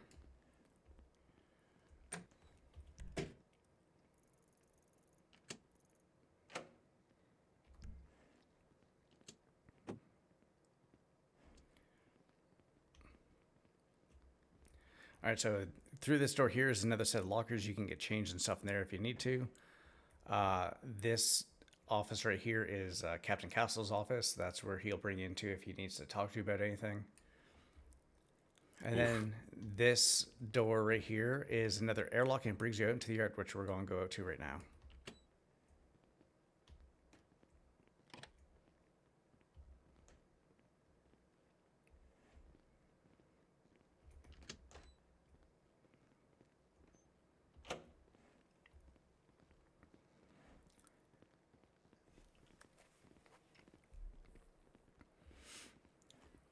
All right, so something I want you to kind of keep an eye on as well as we're walking around. If you look at all the buildings, all the walls and everything, you can see that they have these big numbers on them. Those are going to be something that you're going to need to keep in mind for if you ever need to chase someone down. And again, each of these gates here, there are gates here. You need to be very careful if you ever go up to any of these gates at all, because some inmates, what they'll do is they will see that you're going there and they will try to just bum rush you and kind of get into there and get up onto the roofs and stuff. Because like these roofs here, they can't really go anywhere, but if they get up onto any of those roofs, they can get to pretty much anywhere in the prison. Right.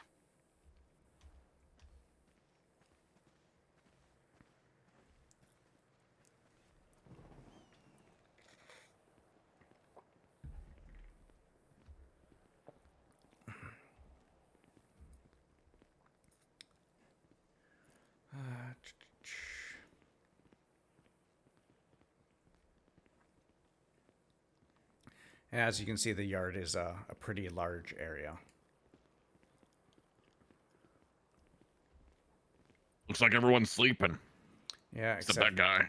Yeah, and also way down there, you can see Sunflower kind of sitting there by herself. All right, so a big rule for cell blocks themselves. You never, ever go into a cell block by yourself. You always have to have at least one person with you. And when you're going into the cell block, you need to make sure that you do some comms. And what that is to make sure that everyone else that is on duty knows that you're going somewhere. So, for example, right now, if we were going to go in here, which we're going to, like I would say Charlie 99 plus 1 entering cell block 6. If we had an inmate with us, we'd say Charlie 99 plus 1 inmate entering cell block 6. So what I want you to do is get on the radio and let the other people on duty know that we're going into cell block 6. All right. I was 84, right? Yeah. Charlie 84 plus 1 entering cell block 6. Perfect.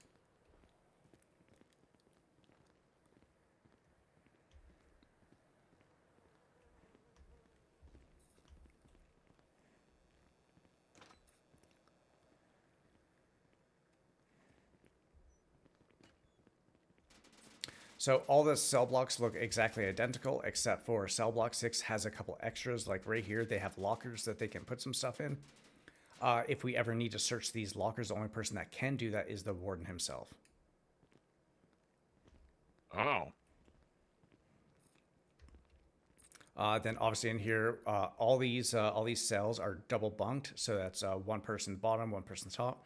And if you look around, you can see that some of the each of the cell blocks usually have at least one pillow that you can kind of hide things under. There is a lot of places inside the cell block that you can hide things. I'm not going to tell you where they are. That'll be something you get to kind of figure out on your own as you kind of go through and get on duty.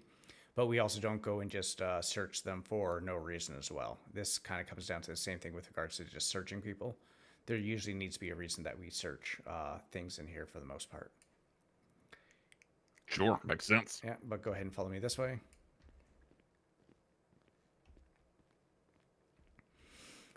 And you can see some of the people, they go and mark the cells that they end up using, that they like to sleep in.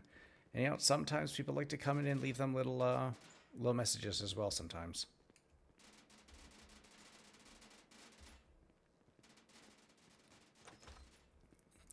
So this is the shower area. This very nice lady here, if you ever need to get your hair done or makeup done or something like that, she is more than happy to do it. She's very good. She'll do it for pretty much anyone. And she's good at it. I mean, I've never had it done, but I haven't heard any complaints.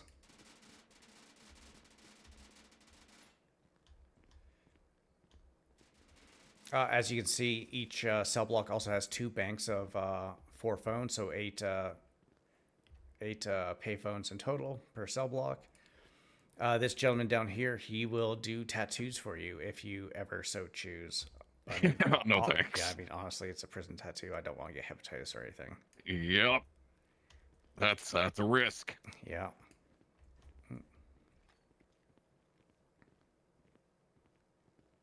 I mean, is that something that was it workman's comp would cover? Honestly, I'm guessing. You know, that would be a question for, you know, maybe Castle. Inside here, this is the commissary. I'm not gonna lie, it doesn't really get used ever. This is where they would be able to pick it up at. If you want to get to the back, what you do is you would go and look at this door right here. And you'd be able to go through and you'd get to the other side over there and be able to help out with the commissary stuff. The commissary stuff you need to be read in on. I'm not read in on it. There's just a few people that are, I believe. But yeah, that is how that works. Oh, so you're not even up to date on it. No. It really doesn't get used then. So this area here is the library. This is a place, there is a shit ton of places for them to hide things in here. We found so many things in here before. I mean, how we even had one guy who would had a thing of cassettes over there by cassette player, and one of our COs ended up finding it and had some really great, interesting listing choices.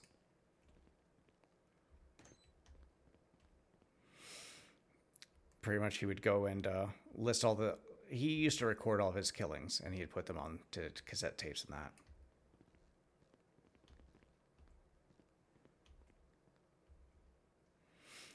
Well, yeah, and that's it for this area here.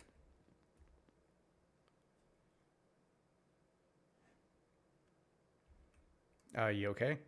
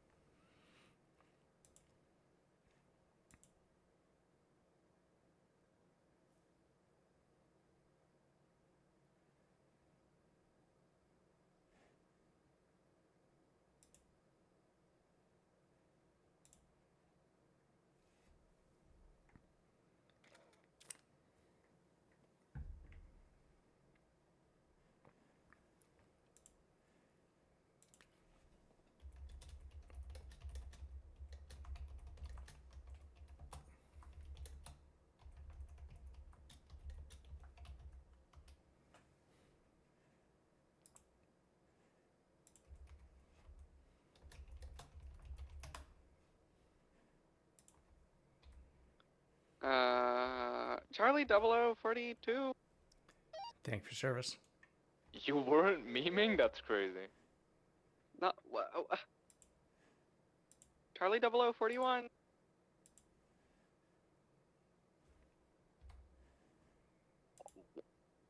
Never mind.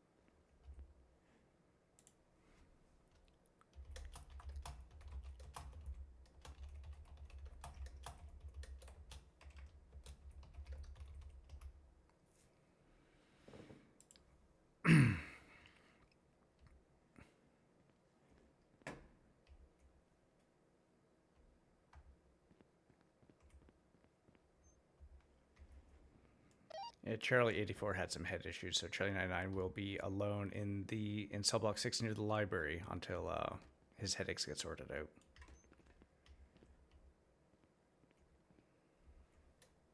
Copy.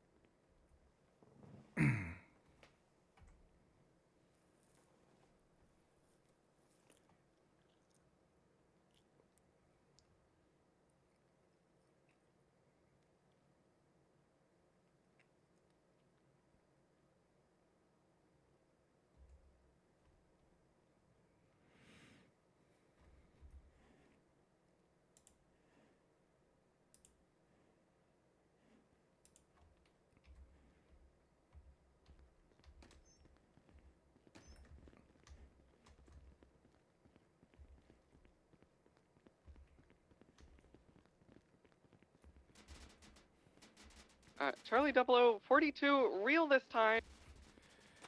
Charlie 99 plus 1 exiting cell block 6. Charlie 21, 1041. Welcome aboard.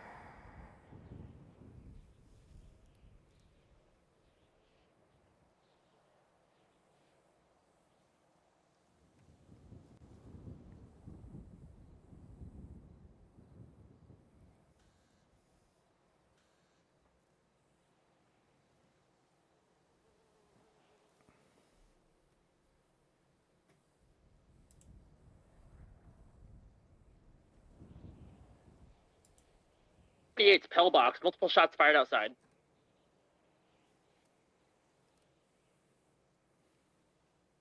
Uh-oh. That is not good. Might have something to do, there was a shooting scene in the south side when I was coming to work, so maybe that.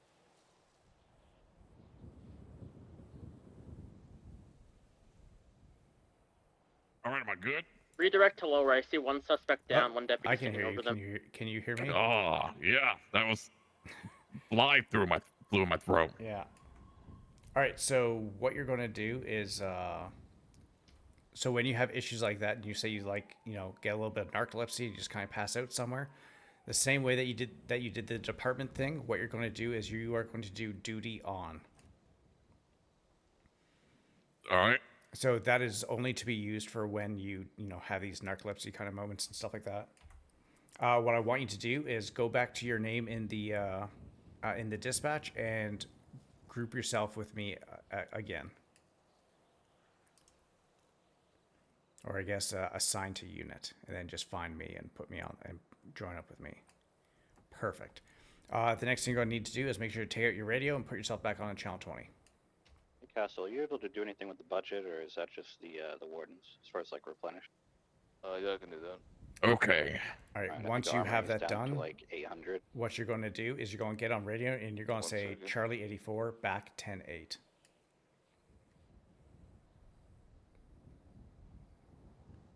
Charlie 84 back 10-8. Going back. So yes, that pretty much just means that, you know, if people know that you had issues, like I told them that you're having issues, and that just means that you're back and good to go.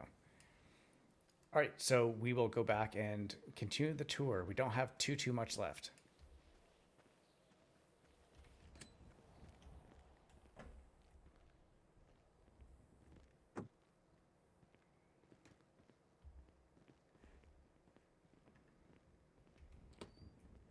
Armory should be good. Copy that, appreciate it.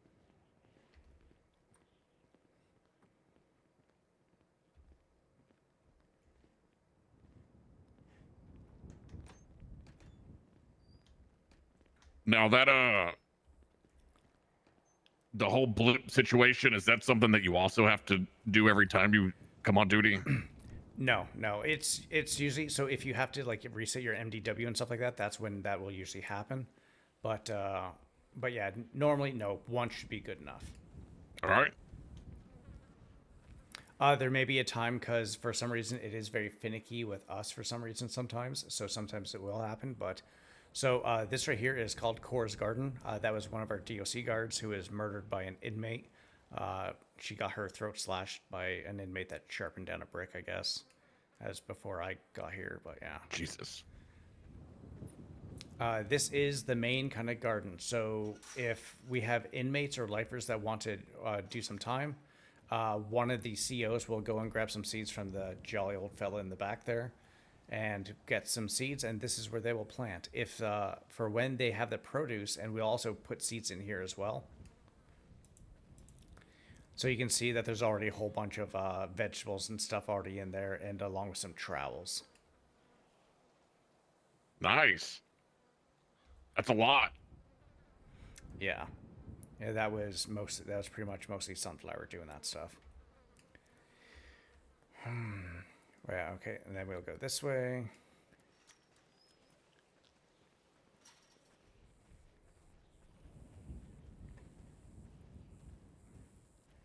So again, as I was saying before, look at all these walls and stuff. You can see like there's a big 7 on this one here.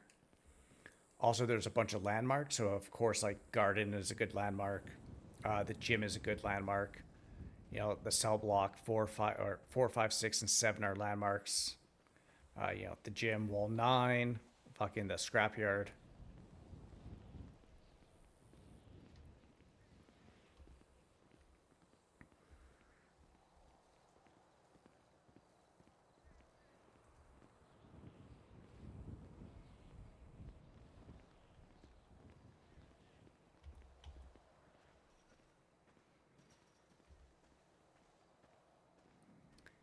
Then as you can see here, this is Sunflower. Oh. So this here is cell block 5, and this is where we usually put our medical holds.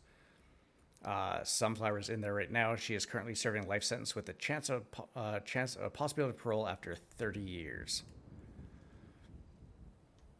Can you let me out then? No, you cannot be let out. But I'm not on a medical hold, so you can let me out maybe? No, sorry, you were staying in there, Sunflower. Good to see you, Sunflower. Hey Tim, before you go, could I borrow a trowel? Whenever you get your chance. Not just yet. There is someone else that just got on duty a little bit ago. They might be able to help you. I'm currently doing Congratulations. doing an onboarding right now. Thank you. Congrats. Enjoy the prison, it's really fun. Just don't get eaten.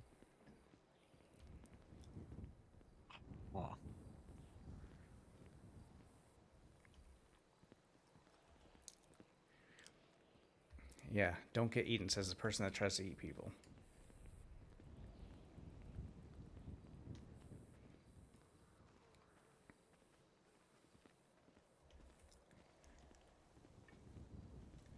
Charlie 99 +1 entering cell block 4.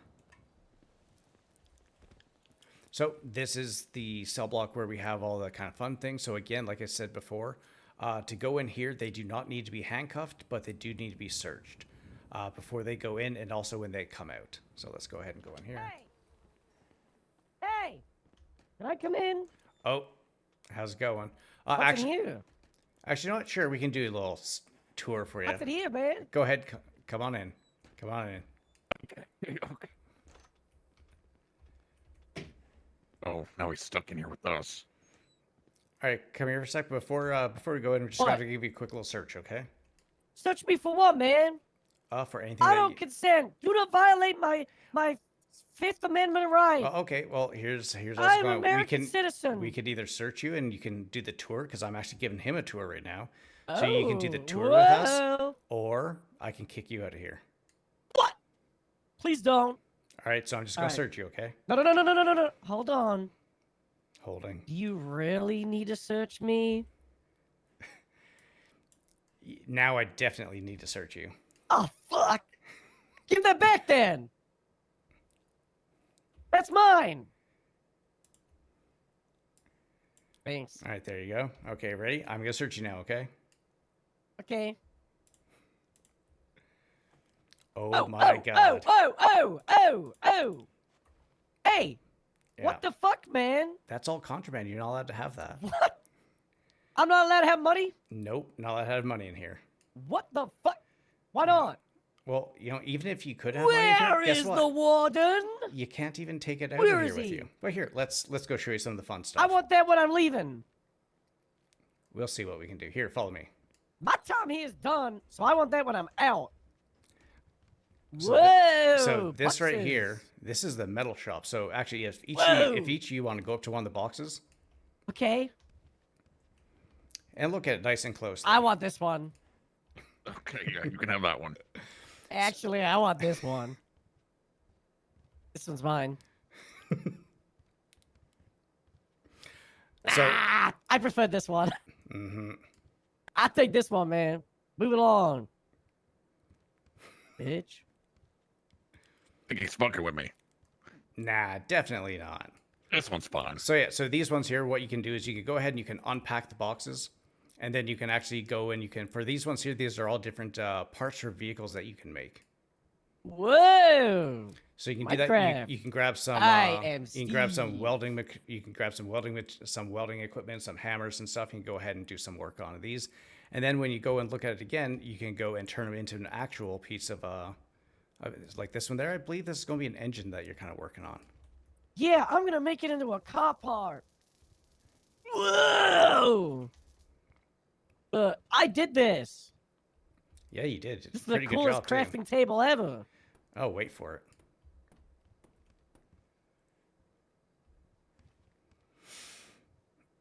Yeah, looks all right. Yeah, you did a good Look job. at me go. Yeah, no, that's definitely did a good I'm job. crafting over here. Call me Yes, Jack you Black. are. From PD? PD send. Bada bop bop bop. Just sent up Glenn Armstrong Jr. the third for Bada bop, 16 bop, bop. months. Was attempted Bada bop, murder of a bop. government employee. Does this mean I get time off for doing this? Yeah. I don't know if you want to watch out for him. 10-4. Thank you very much. Yep. Thank you. What's your name? Kendrick. Gendrick? Yeah, Gendrick?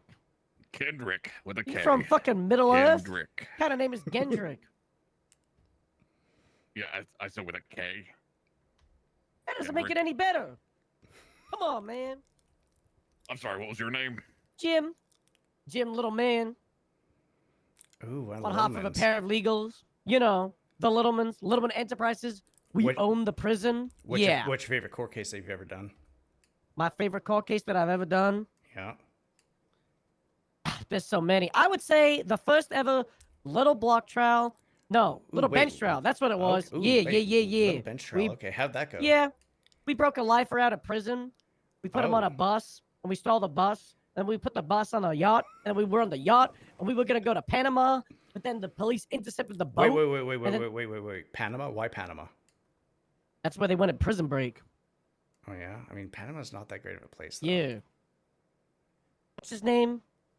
Mike Sullivan? No, that's from Monsters Inc. You know, Mike. From Mike. Prison Break.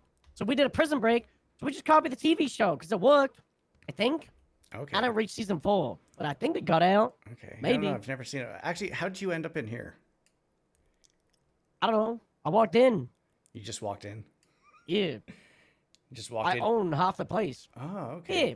You The just went Littlemans, in. we bought the deed to the land from the governor like a decade ago. Oh, wait. Are you saying you're one of the ones who went and made that the DOC dissolve there like a month and a half ago? Probably. Oh, okay. I see how that The is. DOC dissolved? Like Yeah, salt and water? pretty much, yeah. Ah, that wasn't me. Oh, so wait, so you're one of the ones that maybe got us all those brand new vehicles then?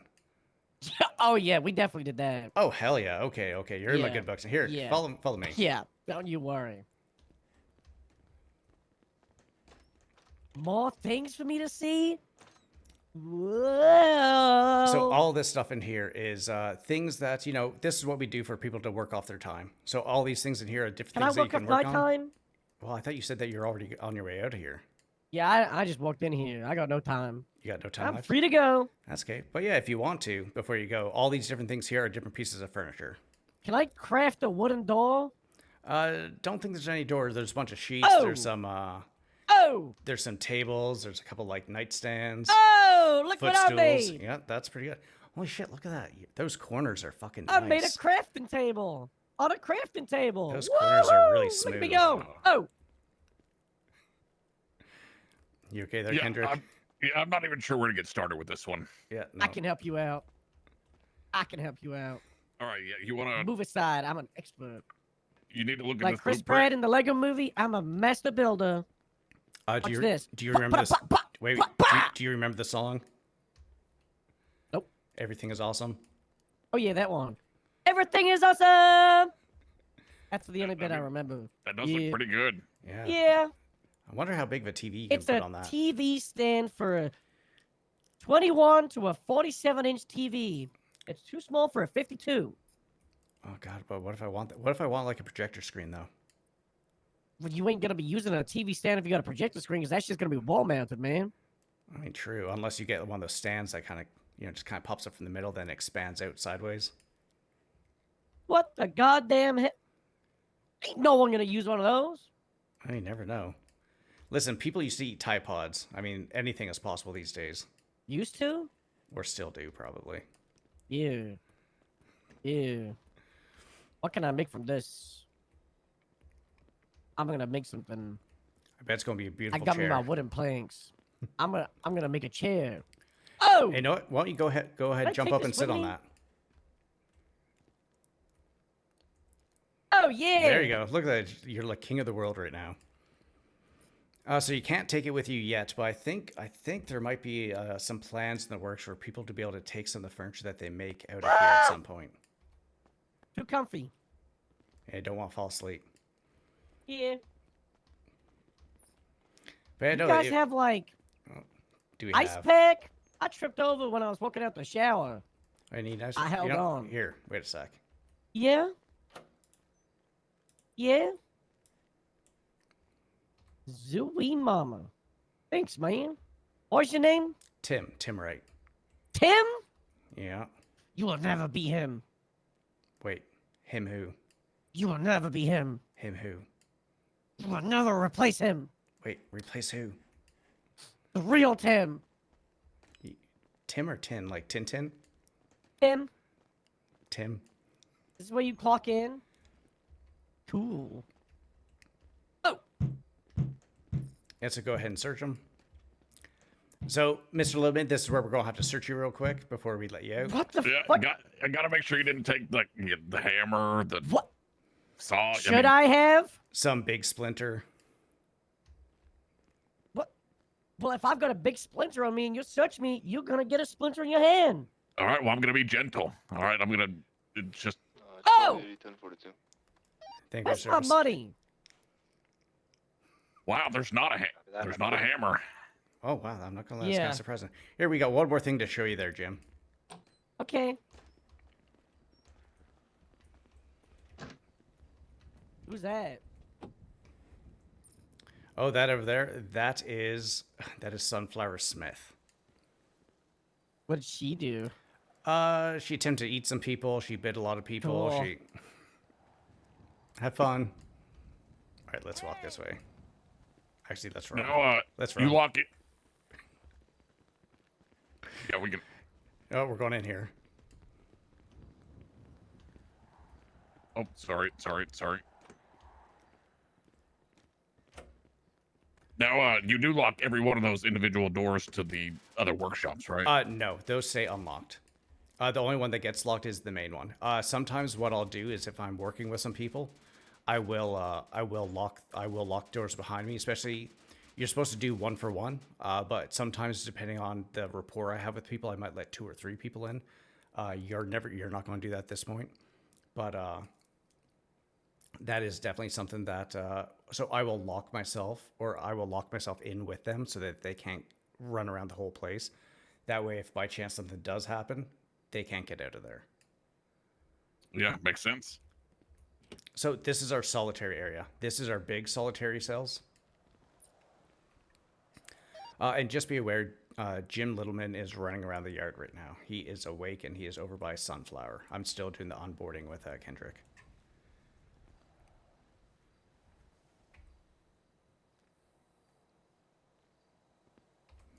Okay, I guess I'll just be ignored. So you can see this is the bigger, this is one of the bigger rooms. It has a lot of ventilation from the top. This is where we'd put people. When you bring people in here, come this way. Obviously, again, they would get handcuffed and searched before they come into the solitary. When you place them into the room, Copy that. you put them into the room, and then you lock the door. And then like this little latch will open up right here, and you go ahead and unhandcuff them. Before you let them out, you handcuff them again. Again, it can be a soft cuff if they're being complete basket cases, that you'll hard cuff them. All right. These rooms right here, go ahead and go in there. Okay, so these get locked as well. Probably to leave. Yeah, 10-4. He was saying that he's pretty much done the time. We gave him a quick little tour of cell block 4 because he kind of just ran in and followed us. So we searched him, let him see some things, then went out and he ran over to Sunflower. But yeah, those are small. Those are for people who are really just being dumbasses. This is our therapy room.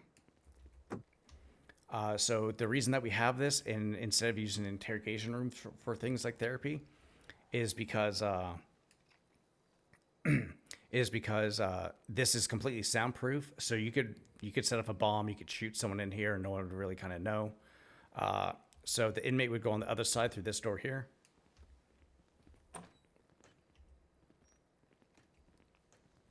You would go ahead and you would uncuff them from here. They can either like sit down on the couch, sit on the chair, they can stand there.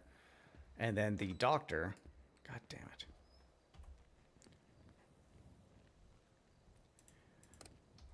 it. The doctor would be standing or sitting right here, and they would be and then they would obviously talk through the glass. They can talk through the glass, but as soon as you walk through the door here, you can't hear anything. So we can't hear anything that's going on in here. They can't hear anything that's going on out there. Oh. Any big questions with anything? No.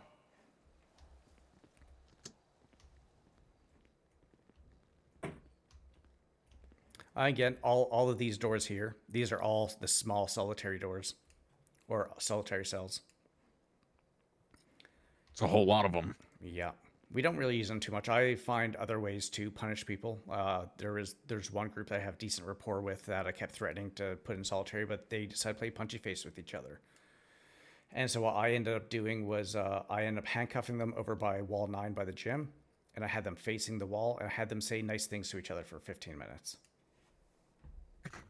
I mean, I guess that'll do it. Yeah, that was definitely something. And you know what? And that is pretty much it for the tour. Actually, nope, we got one more thing to show you.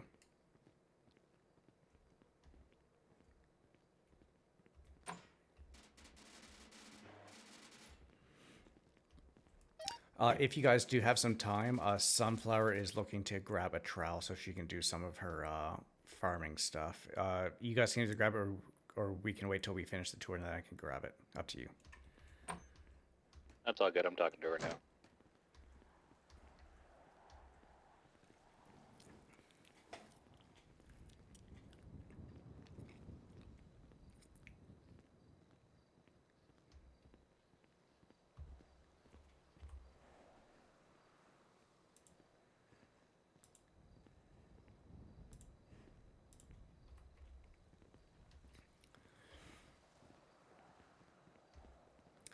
So this area right here, that is the scrapyard.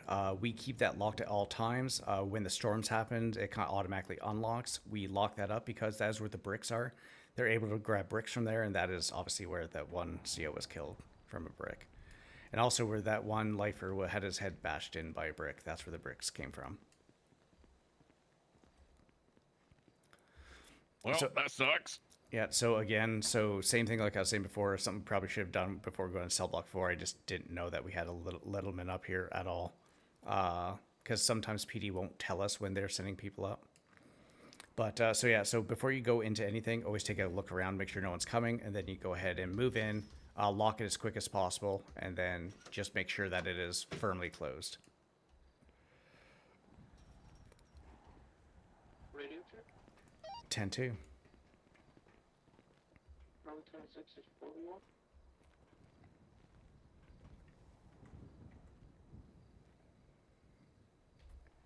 41. You're a little bit quiet.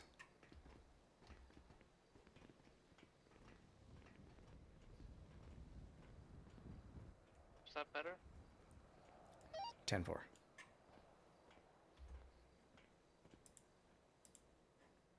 We do it again on Charlie 26 is 41. Welcome aboard.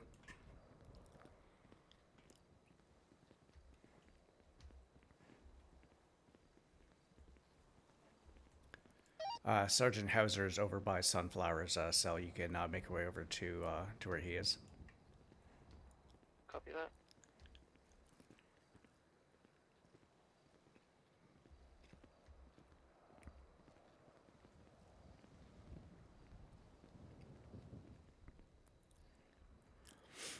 So this right here is a blowhorn. So pretty much, or a megaphone, sorry. So you can speak into that, and everyone will be able to hear you inside the yard.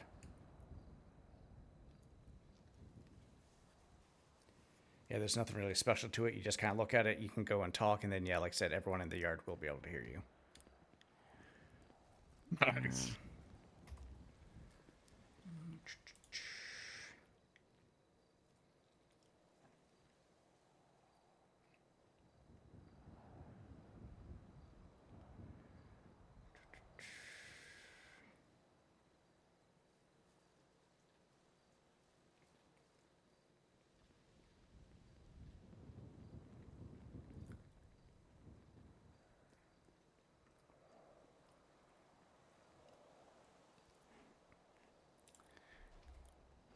All right, follow me.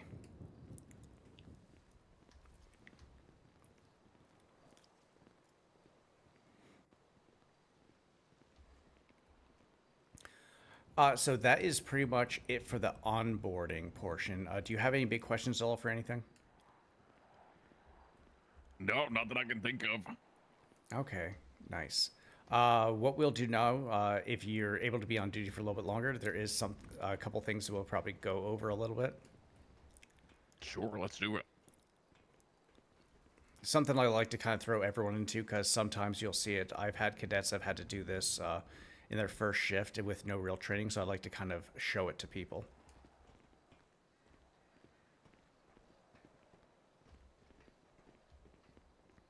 It's going to involve a report, isn't it? No, not this part. Actually, we're going to go stop by visitation real quick and see if there's an inmate in there.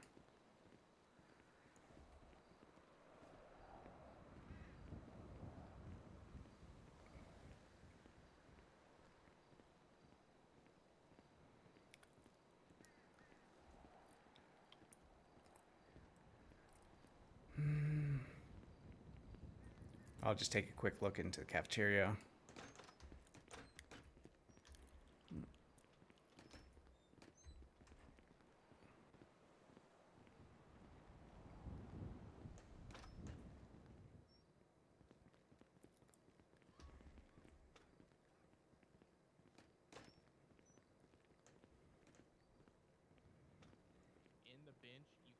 ruling, the judge said that this would be a good. Okay, now it looks like he's talking to his lawyer, so we don't want to bug him. Criminals against Oh, actually, we'll go back this way. 2 people on trial, but we have 8 more people in the appeal because we had 10 guys there. So Falcone really thinks that we're gonna get the self-defense against police, and once we can get that as case law, just imagine every single time that we get in a shootout with the police, we just say it was self-defense. So I just realized that they just pushed to take all my shit. I just got a notification. They're trying to.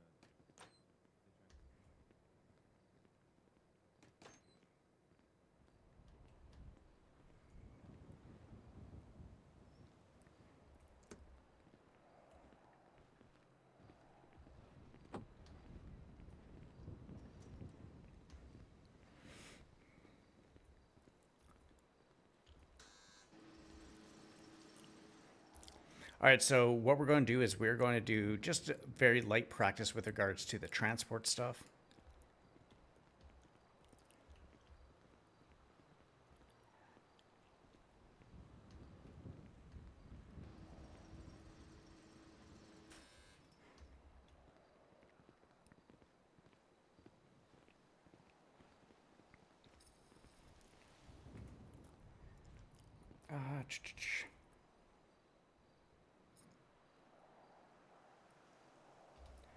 I'm going to be taking Kendrick to go do a quick little transport demo down to City Hall. Would you like me to bring Ryan along as well, or do you want to kind of keep him with you?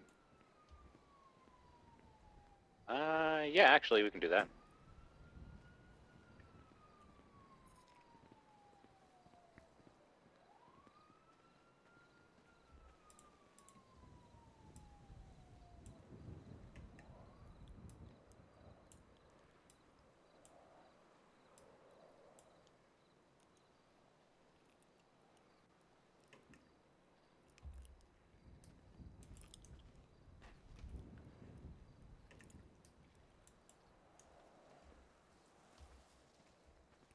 I'm just going to wait here for a sec. Actually, yeah, grab a set of keys. All right.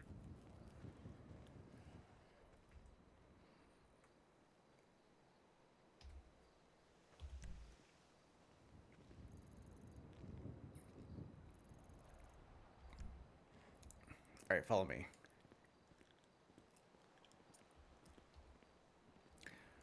All right, so what I want you to do is I want you to grab this vehicle right here.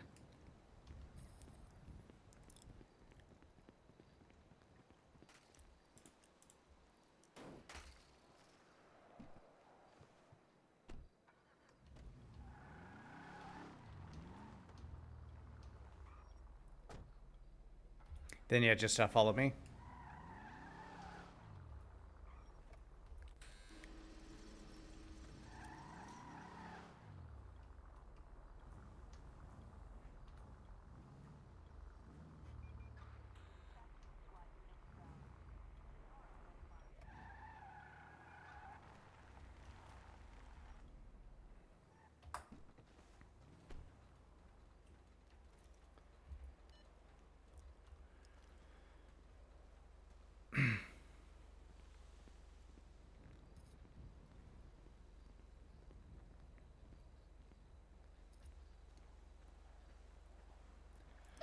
Even though she's been involved with some bad stuff the last couple of days, do you want to use Sunflower as a training aid with regards to doing the transports?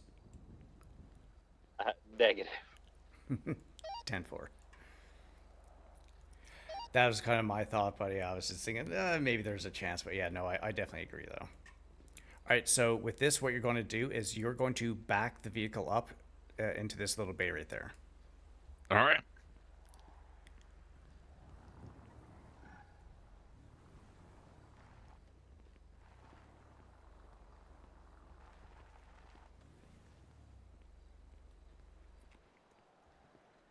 All right, go ahead and jump out. Also, make sure that you always turn the vehicle off before you jump out, and then also make sure the vehicle is locked at all times. That's while you're in it, and when you get out, make sure it's locked. All right, if you look at your SOPs, you don't have to do it right now, but because we're going to kind of talk through with it right now. So right now we are going to be taking an inmate down to City Hall for either a court case, a trial, any of those kinds of things. Okay. So there's a couple things that need to happen. First thing that needs to happen is you need to make sure that the actual inmate is awake. So what you would do is you'd go run inside and you look around for them. Once you find them, like, okay, great, this person's here. Then you tell them, it's like, hey, in about 45 minutes, we're going to be grabbing you, and we're going to be bringing you for your court case. So what you can do is you can go get changed in some comfortable clothing, whatever you want to appear in court with. Make sure to grab some food first, and then meet us inside the cafeteria. Once that is done, once you do that, then you come back out here. We pretty much like marshal the vehicles, get ready to figure out how many vehicles we're going to take. We also do our initial reach out to PD. So it used to be a 311, and it'll be like a little like cursory thing, like, hey, in 45 minutes we're going to be departing Bolingbrook for City Hall with this individual for court case, whatever. And that's where the stuff comes into. So again, if you open up your dispatch, and in the top left where there's that plus sign beside all alerts, you can actually click on that right now, create a call. So the call type, you'd put in a 1091. You don't type anything in here right now. So 1091, go in there, and 1091 is at transport. So go ahead and just cancel out of that. Description, that's where you put the description. That's where you'd put the inmate's name. That's where you'd put pretty much all the information that you can with regards to that into there. The inmate's name, and also the location of where it is and what it's going to be for. So go ahead and cancel out of all that. And then,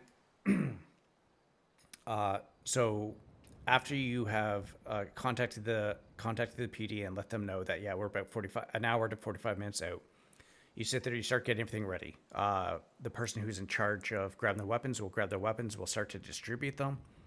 And then when it comes time to grab the inmate, if you have a weapon on you, remember, you cannot go into a gen pop area. So that is where you'll hand off your weapon to someone else or put it inside your vehicle. And then you go and then make sure that before the inmate gets placed into the vehicle, you grab your gun again once you come out. So what we're going to do, let's actually just go inside here.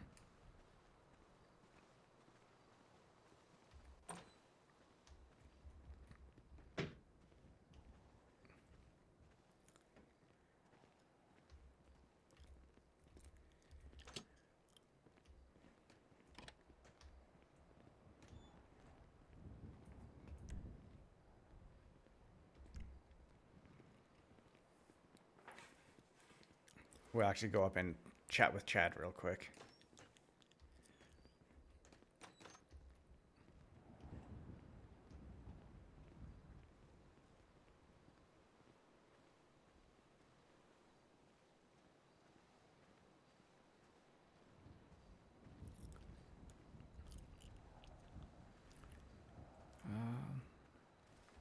I guess while we're going, do you have any kind of questions with anything that we've done so far?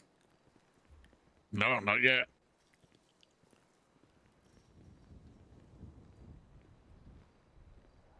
I know it all seems pretty straightforward, and I mean, you'll be going over this over and over and over again, so it becomes like second nature to you eventually.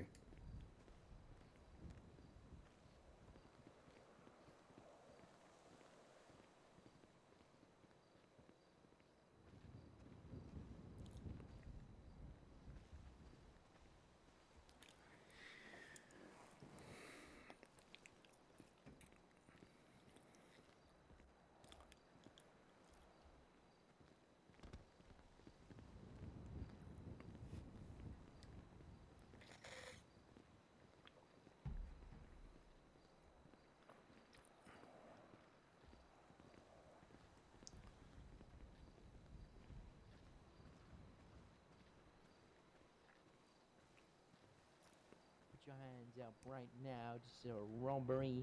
I am Oh, shit. robbing you off the Tim, she's trial. robbing us. Yep. Tim, she's Perfect robbing us. training scenario for your cadets right here. An inmate holding someone up. Well, thankfully you're on the other side of the fence. Oh, See? no. There you go. There you Oh, go. no. All right, cadets, Yeah, what are you give gonna me my do? trowel. Don't Oh, actually shit, go we're in there. actually doing Don't it. go in there. Oh, we're actually doing. Oh, You no. can come in here. I'm not gonna do anything. What the heck? I'm safe. If someone Hey, is being held up right now, what would you guys do? Your sergeant's Oh, about to no. die. I'm gonna I kill would call them. it in on the radio. Oh yeah, what'd you say? Get on the I'm radio. about to kill Help them. me! Help me! Charlie 26, me. our sergeant is being held Help, hostage by help. Sunflower at Cell Help, Block I'm gonna 5, die. requesting Help. 77. You're Help! about to die. Charlie You're 976ing. Yeah. Negotiations, maybe. I have. Help! I have. She's gonna kill me! She's gonna kill Tell- me! All right, tell we him both to show kill up. him, All right, Sunflower. get in there, She's gonna Kendrick. kill me. You're She's gonna kill me. assisting. So what do you want for his life? What Listen can to her, we give do her for you? anything, give her anything. I want immediate release from this prison. Immediate release. Immediate release. Give her after anything she my wants. sentence. I don't know if we can get you immediately released, but Do you want him is there dead? anything? Time's ticking. No. Die! Time's Is there ticking. She anything just else started we- his life. I'm gonna die! Okay, let me radio that in. Don't let I my want death my be on your sentence hands. released. Charlie I want the 26 car. here, Sunflower wants immediate release for Chat's life. And a car. Help! Help! And she wants a car. Help! Help!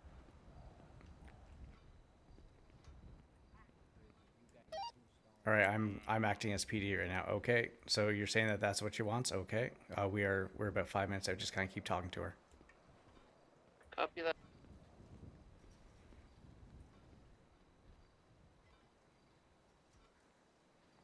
All right, we are staged. We are staged outside. What's going on in there?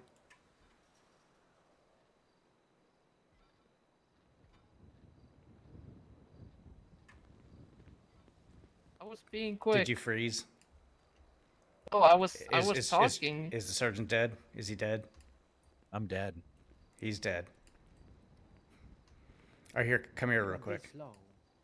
Yeah, both you guys, yeah, come here. Say much to me to really- Or, you know, maybe help the sergeant up and get him over here, too. Do you need a hand? No, I'm okay. They haven't really de-escalated the situation. Yeah, come over here there, guys. Okay, I need my trousers. Alright, give us a second. Okay. All right, so just so you guys are aware, this is a very real situation of something that can happen, especially with this individual that is here. When I was first put to this, we were actually doing scenarios, so luckily that was my learning curve. But one of the people that I put through actually had this exact same scenario happen on her very first solo shift. So, what is the most important thing when you're dealing with a hostage situation? What's the single most important thing? The hostage. What about the hostage? Life. Preservation of life. Preservation of life, exactly. So, Yeah. do you think that it is okay to grant someone the ability to walk out of here? I don't think so. What is the single most important thing in a hostage situation? You guys just said it. hostage, Yeah, the Sergeant's life. of the Exactly. sergeant, yeah. So remember, so pretty much anything is on the table there. Giving one life for life, that is a no-go. If it comes down to it, there's potential of us putting ourselves in that position, but it still is very frowned upon and shouldn't really be kind of thought about in that kind of a way. The big thing to do is to try to stall. So depending on how many people are on duty, like for example with this, you could be sitting there negotiating with Sunflower, while Kendrick can be on comms with PD and getting PD kind of in lined up, because what can possibly happen is PD could be on the outside in the parking lot pretty much waiting, either kind of hidden out there or kind of right out front, and that way you can be like, hey, you know what? Just give us a little bit of time. We just need to work some things out. We got to get the paperwork sorted out. Like, talk about paperwork. Talk about how long it takes to really kind of get these stuff sorted out. And be like, don't worry, we're working on it. We're working on it. This is obviously kind of a weird situation because she's on the other side of the fence. If this is happening in a cell block, Kendrick, I know you haven't been able to see it yet, but Ryan, where do you think you would stand? What would be one of the best places to go if you are negotiating with someone inside the cell block? The security wing. Exactly, up in the front room that has a big glass because it's bulletproof. Other options for that, because if they have firearms, that's where you should definitely be. I'd still probably suggest it, but you can also lock the gates and also the doors as well. So you can have the gate locked and still talk through that, but you should definitely be probably up top if possible, because if they do have a firearm, then that's going to be a bad day for you. But yes, negotiate, keep them talking, and then once PD gives you a signal that they're okay to go, you sit there. You can even do the paperwork. Be like, okay, I got your paperwork done. Let's go ahead and let's walk out of here. I'll even, you can, bring the person with you right up to Tungsten, and then Tungsten will let you out.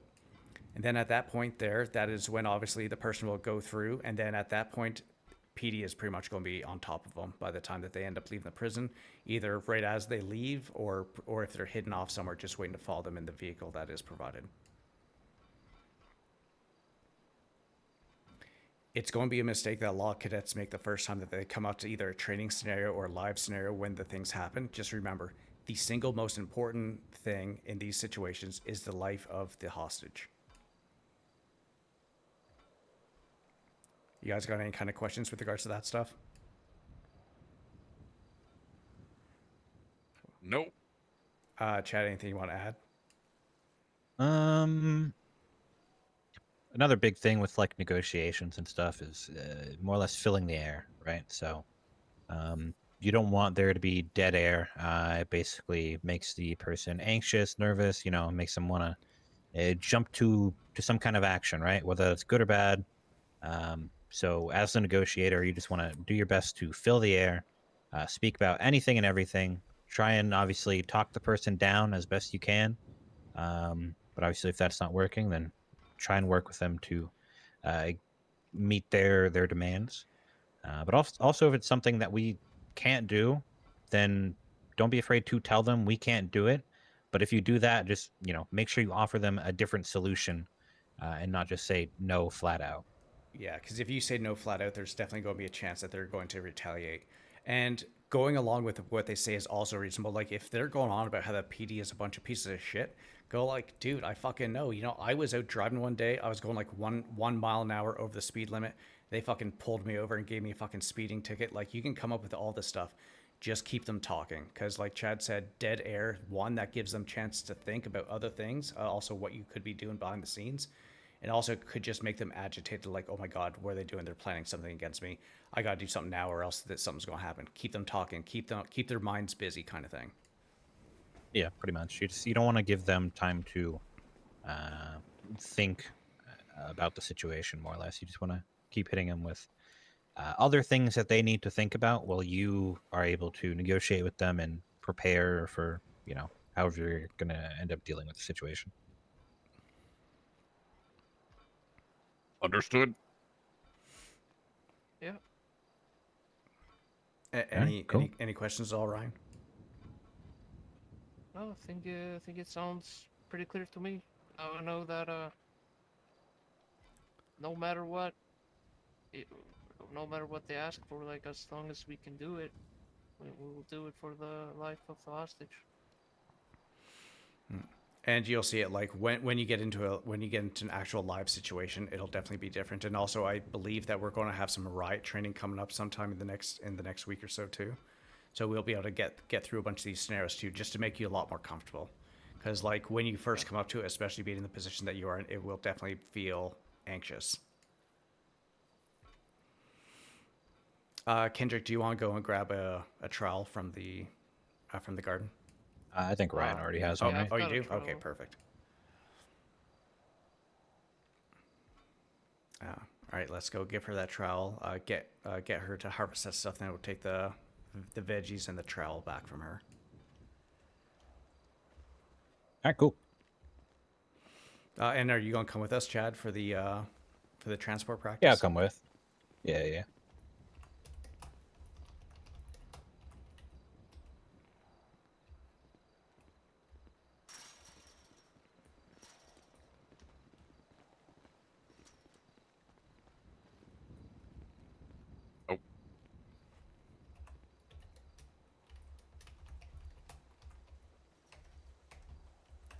What are you wearing?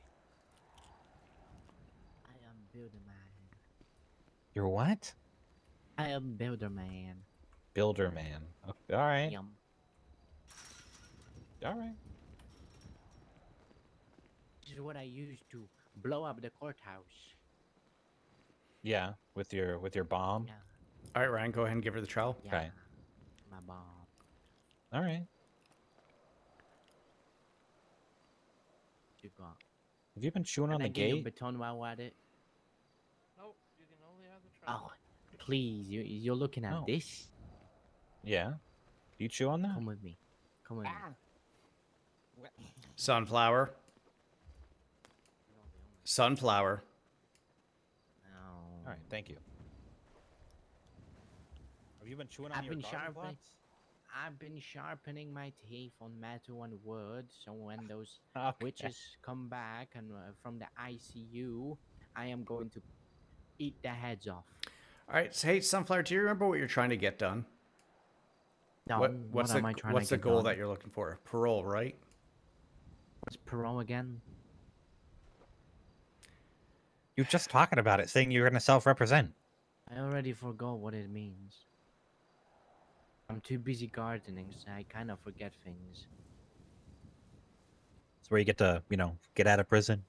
Oh, I want to get out of prison, yeah. Do you think that anyone's going to let you out if you're threatening to kill people? Yes, because those people tried to kill me, so I've sharpened my teeth as a safety measure. So when they attack me next, I will Eat them? do things. Yes. Right. Okay. That's code being that's code being what was it? Not counterproductive. Proactive, that's it. Uh-huh. So I've sharpened my teeth so when they're here I can eat their tendons so they can't walk. That's a little further than, self-defense, Sunflower. And then Maybe I'm maybe going just to a tad. grab Maybe a them tad. and rip their organs out and use them and stuff them like a plushie. Jesus Christ. Yeah, at that point, that's not self-defense anymore. You know that, right? I'm gonna do what I did to that doctor. Huh? Dr. Hannah, I got charged with mayhem because of it. What'd you do to her? Ate her arm off. Oh, right. Don't remember that? What's Where is coming back to me Pepper now. and Ain? I'm waiting for them. Yeah, Promise we they'll be are back. too. Yeah, Yeah, I we're got the waiting on first them round too. of produce. All right. You go, that's the first batch, and then let me go get the rest.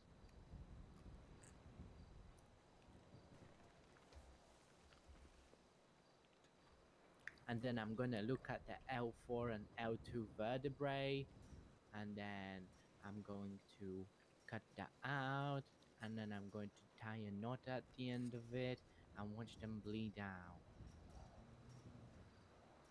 And then when that's done, I'm gonna eat what I want to, and then I'm going to burn the body. Uh-huh.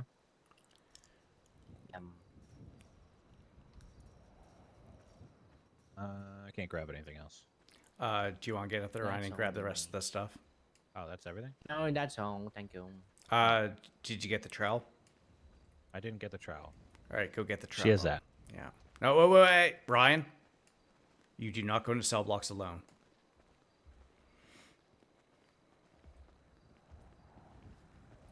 Charlie 99 plus 3 entering cell block 5.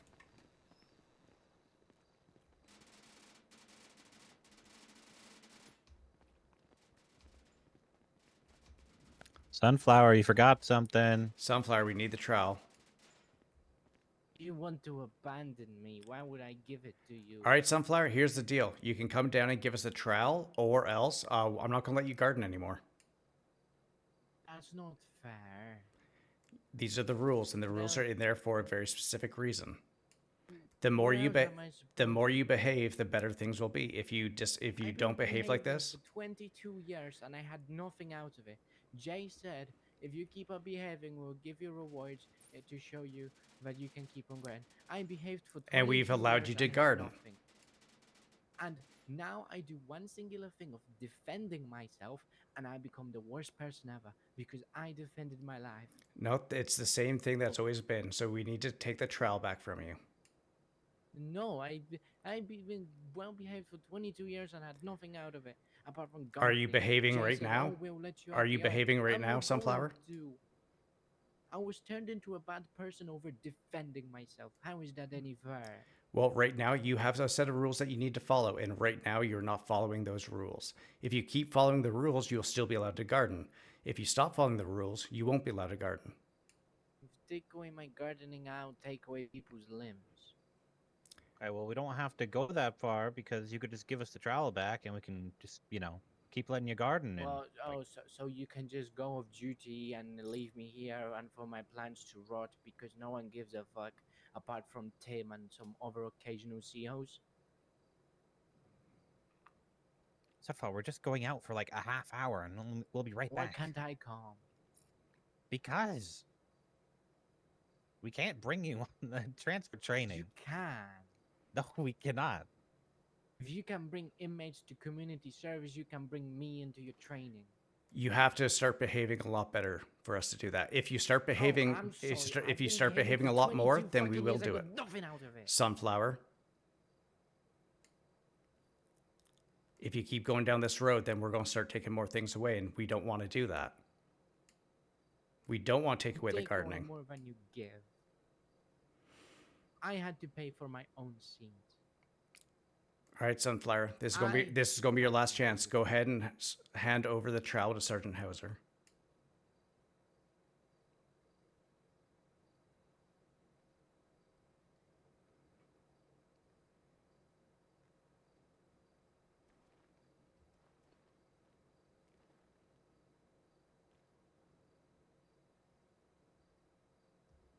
This isn't fair. Actually, hand it to Olson for me. Appreciate it. Stab him while at it. No stabbing. No stabbing. Maybe next time, give me more appreciation for being good instead of bad. 22 years of behaving and nothing out of it. One day of defending myself and I get treated like shit. What's the point of being good anymore? Fuck off.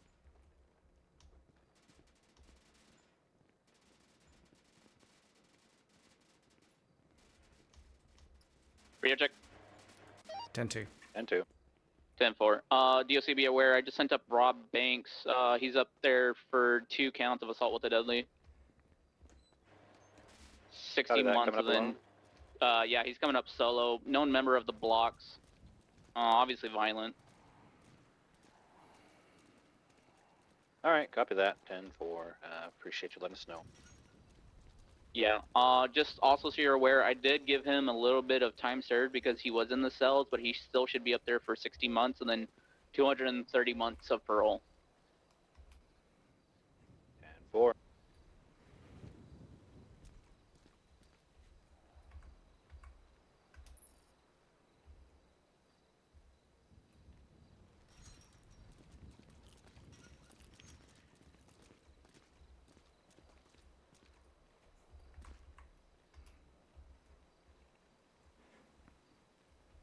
All right, go and run that trial back to the box. Do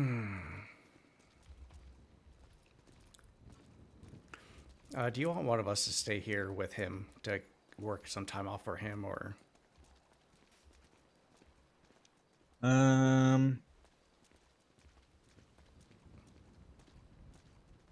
Maybe we'll see if he stays awake. I'll hang back for a little bit if you guys want to go. Okay. If he wasn't as violent as he just said, I would say maybe we could use him as the transport guinea pig, but Yeah, no.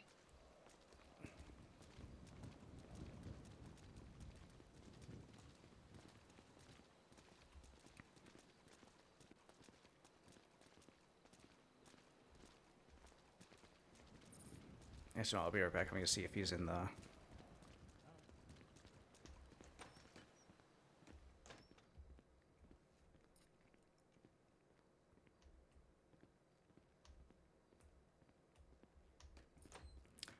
Hey boss, are you going to be staying awake, or are you going to be going to bed?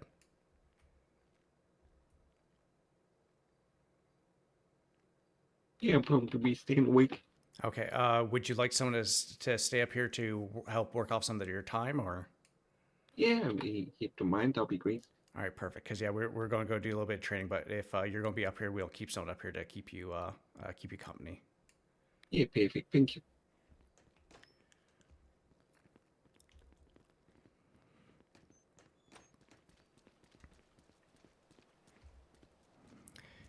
Yeah, he said he's going to stay awake. All right, sounds good. I All right. can run through some stuff with them. All right, perfect. So yeah, I'll take these two and go through a little bit of training, unless you want to keep Ryan up here with you too, because Ryan's already done this training a few times. No, it's fine. You guys can all go. Practice makes it perfect with this kind of thing. Yeah. So All right, perfect. it's good to get just more training with it. Perfect. All right, let's go this way.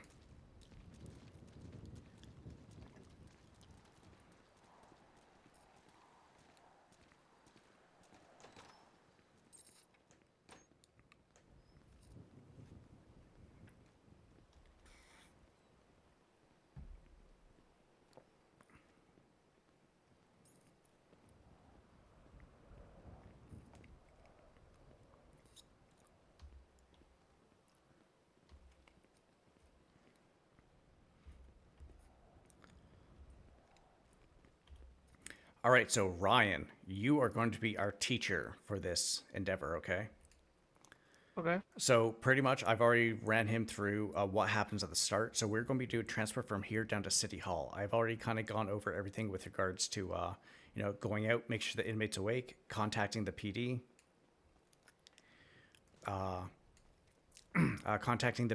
and also, just kind of getting things to this point right here. The vehicle's already backed up over to there. And so what I want you to do now is walk us through everything with regards to what happens from this point on. And again, the point to remember too is before coming in here, his weapon was handed off to another individual so that he could so that he can come in here. So from this point on, you know what? Use me as the guinea pig. I will be the one that you will handcuff and place into the vehicle. And what I want you to do, Ryan, is you are just going to walk him through it, get him to do everything, but you're going to be the one that's going to talk him through it, okay? Okay, so he's the one who's going to do it. I'm just sort of telling him what to do. Exactly. And here, I'm going to give you these keys. Okay.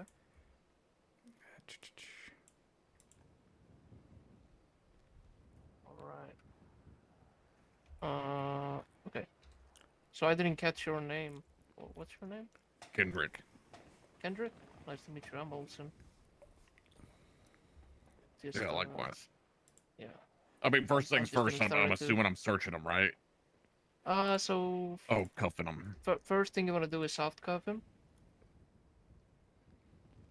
All right. You want to, yeah. Place your hands in these cuffs. Mm-hmm, yeah.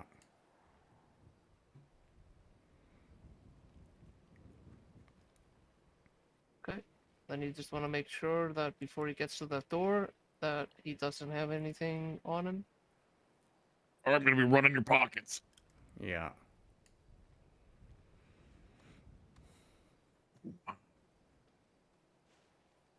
Oh, all right. He's good to go. All right. Now we can go ahead and get him into the car. All right.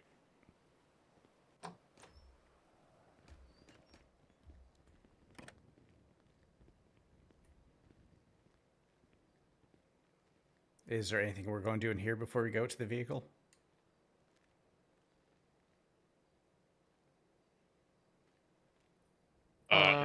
I have no idea. Wait, are we searching you again? No, so you searched me, so that's good. But what are we going to do right here before we go outside? Because remember, I'm in brand new clothes, so I'm not in my prison garb right now. I'm in civilian attire. What do you want to do? Oh yeah.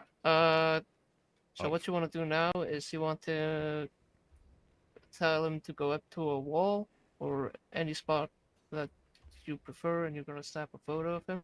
All right, perfect. We do this in case something happens. If escapes custody, we have a picture of how he looked like the last time we had him.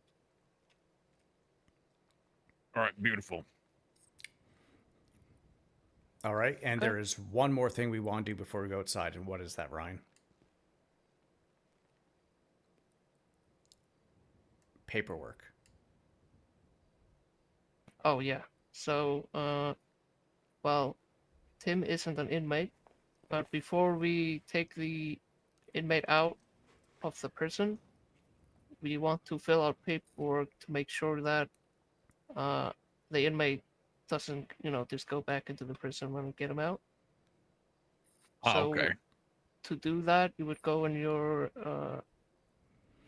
T tablet, and you would put in transport, and then there's state ID. All right, and so yeah, so make sure that before you do that, that you do have the individual state ID. That way you can just quickly kind of put that in there. Yep. All right. Since Tim is an inmate, we're not really gonna need to do it. Yeah, and at this point here too, just in case something does happen, you'll actually uncuff me right here. So you wouldn't actually be uncuffing the inmate. This is just in case something happens, because it is those kind of hours right now. But everything else we will follow through with. All right, Ryan, let's keep going. What's next? Yeah. So now since we've taken a DLC picture from of the PD? inmate, Send it. You have a car, McGuire, coming up for 25 months for theft of a motor vehicle. Yay, firm. I got it right here in front of me. Copy that. okay. Since we've taken a picture of the inmate and we've done our paperwork, now we can go ahead and get the inmate into the car. All right. Right this way.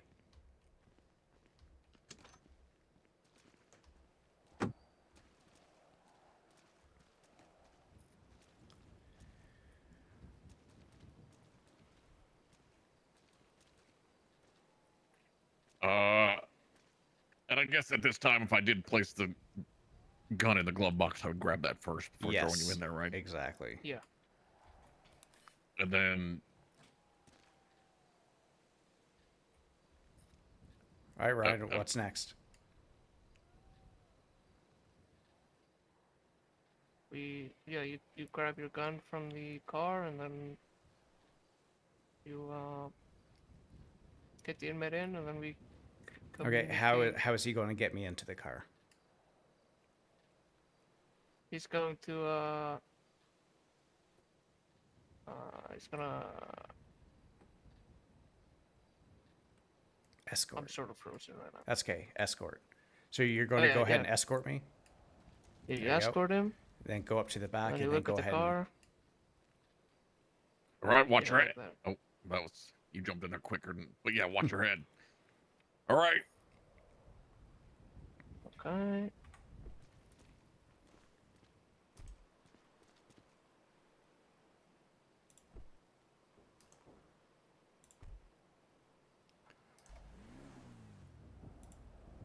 Now, since we've got the inmate in the car, we're about to begin the transport. We would inform PD if PD is here that we're coming out. And then if you want to go ahead and go on the radio, use your call sign. You can do just +2. Hey, but if we had an inmate, it would be +1 and +1 inmate. And you would say call sign +1 inmate 76 to City Hall 491. We would never conspire against the law. Yeah. Oh. Sorry, 1020. Yeah, definitely never, ever, ever. What if we just bring a cargo bob over here, dog? A charge? You know, I actually don't know, and I'm also playing an inmate right now, so I'm gonna say, you know what, I would hear anything anyways. You're What if I bring a playing? cargo What bob does he and mean steal he's other- playing? Huh. Yeah, I'm pretending to be an inmate right now, so I don't hear anything. Then how you in the DOC car, dog? Because I'm in the back in handcuffs. You got inmates in there right now. Why don't you just like deal with them? Like, do your job. Stop collecting a paycheck. Oh, we have people taking care of them inside right now. Yeah, right. Time I get arrested, I never see any DOC guards. I call them, they don't answer. Wait, have you never seen Tim Wright on duty? Tim Wright too? Like Tim Wright, whenever I'm on duty, I'm always giving people time off. I think I saw Tim once. We go to jail a lot, dog. Mostly EU shifts. Hey, who all has been to jail in the past week? Raise your hand. Who all saw some DOC guards on your shift? Not me, dog. No, not me. Never one, dog. Well, next time you guys do see me, call me out for it. If I'm in jail, I don't have your number, dog. How am I going to call you, dog? You can see me in the at the payphones. I'm always in the yard when I'm on duty. 2025, who uses a payphone anymore? Well, I mean, that's going to be a good way that you guys will be able to see me. And if not, I'll be in the middle of the yard, up near the garden. Dude, do you guys still carry shotguns on you, dog? Some do, yes.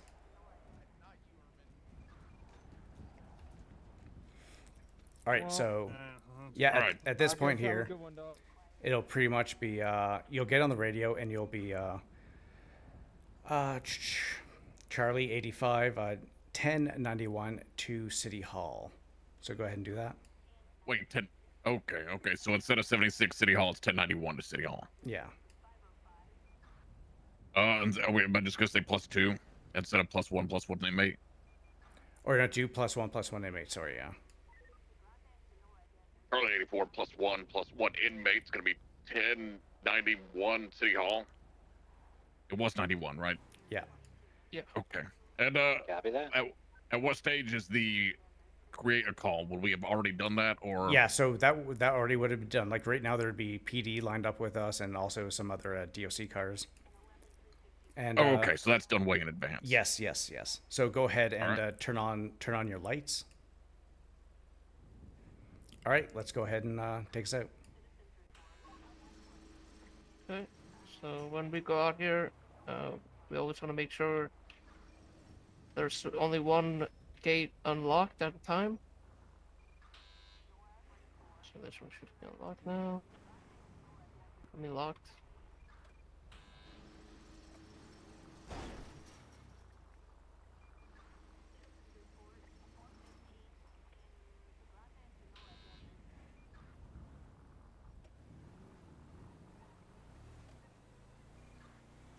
All right, as we're moving, what is the rules with regards to stop signs and red lights?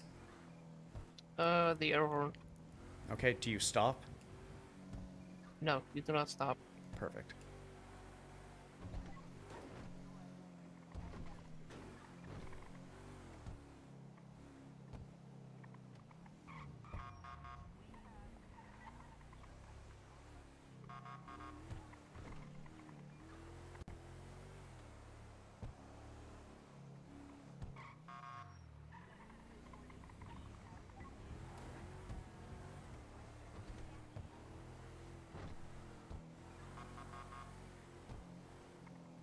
We also always stay on the right side.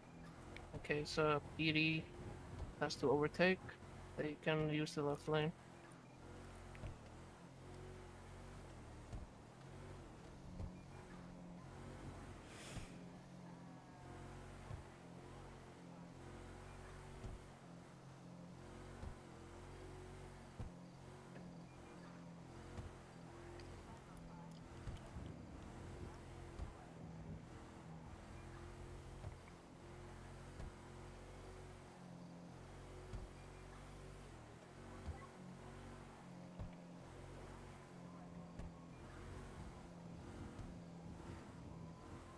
Like right here.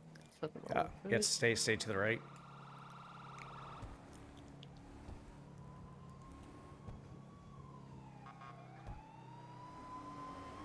Yes, yeah. When you see them coming up, just definitely stay to the right.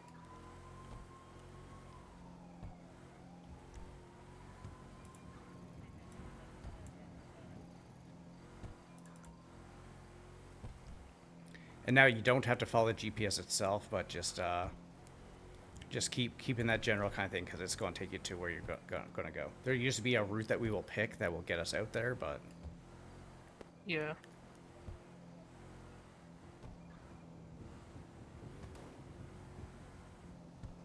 How many transport vehicles are usually in motion? Is that all just? So it'll depend. It'll depend on how many people we have on duty. But usually there will be at least one vehicle, obviously, that will have the inmate in it, and we'll have usually one or two other DOC with a number of PD units.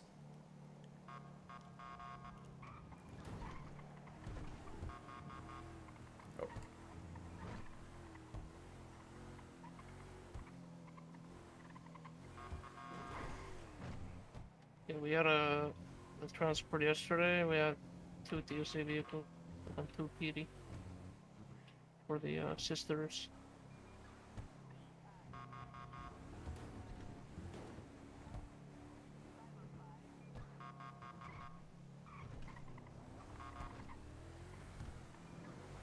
That car backed up and then ran the light. Yeah.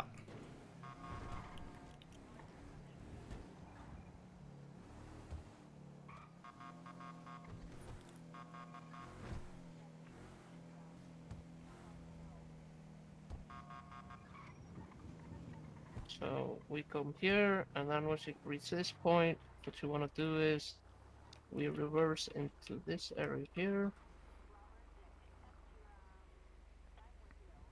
Then we turn off the lights, and we grab the inmate.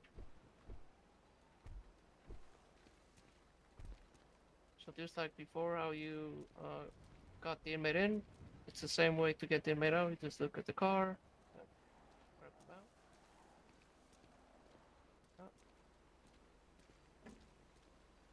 And then we want to go down here. Just make sure. Yeah, there you go. And also, just one thing. Wait, Make sure the vehicle is locked at all times.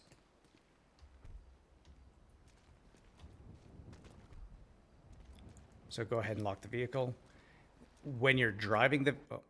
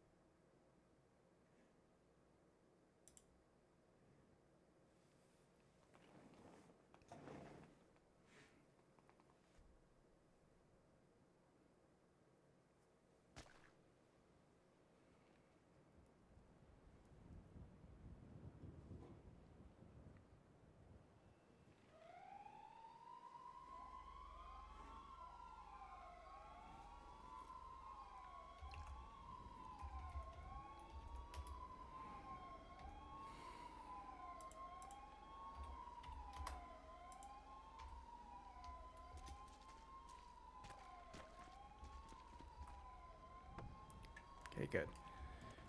Charlie 9 is back to 8. All right, so for here, I mean, yeah, you don't need to handcuff me here, but so again, keep going, Ryan. Yeah. So from this point forward, we have the inmate. Go down here.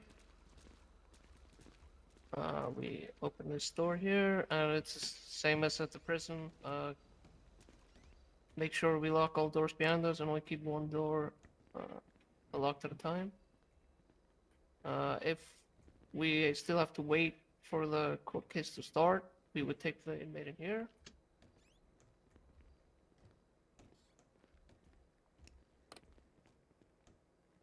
And we would, you know, just put them in a cell.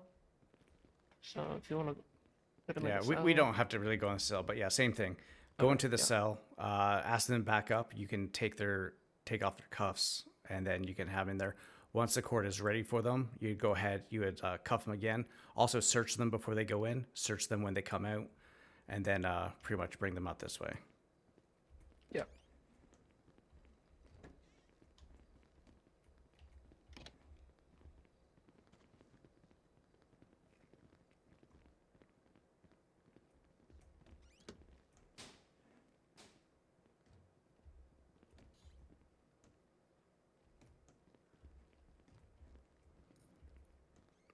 Okay, she scared me. Now, once we get here, we will move the cuffs from their wrist, or like from their hands to the table.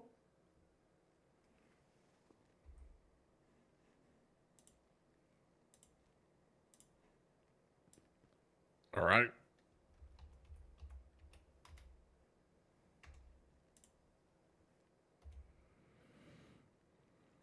Yeah, like that. All right, where do you want to stand, Ryan? So you want to stand. You always want to have someone next to the inmate. So also, our like only priority in here is to make sure the inmate will be okay. So if there's anything going behind them, if people are being aggressive towards them or anything, then you want to like stand in between those people and the inmate. We also like to have someone standing at that door over there where we came up. And then we sometimes also have someone right there, right, to serve people in. Am I correct? Yeah, so you want someone behind them, if possible, someone over there to swear people in, and then you'll see there might be someone else over in that corner. Then it might have some people up there. PD and FIB will usually be taking care of everything behind the stands. They'll be searching people as they come in and all those kinds of things. And yeah, that's pretty much it. Same thing if the court goes into a recess, something like that, you'll most likely, depending on kind of what's going on, you might have them stay here, or you might have them brought back down to the cells. Again, making sure to search them each time before going in and out of the cell. And then once they're done, once we're ready to bring them back to prison, it's pretty much everything back in reverse. Depending on the seriousness of the situation, we might bring them down into the cell and keep them down there until the area outside is secure. And then we pretty much bring them out to the thing. So let's just go out to the vehicle.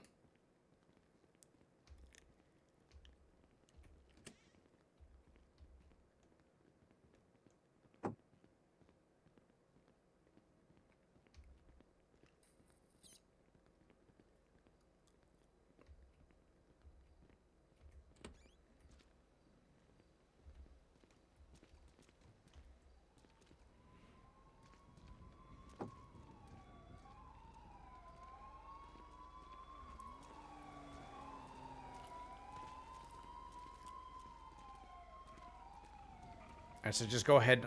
Don't need to worry about cuffing me and putting me in. So we'll go ahead and just unlock the vehicle. And actually, Kendrick, I want you to drive. Oh, joy.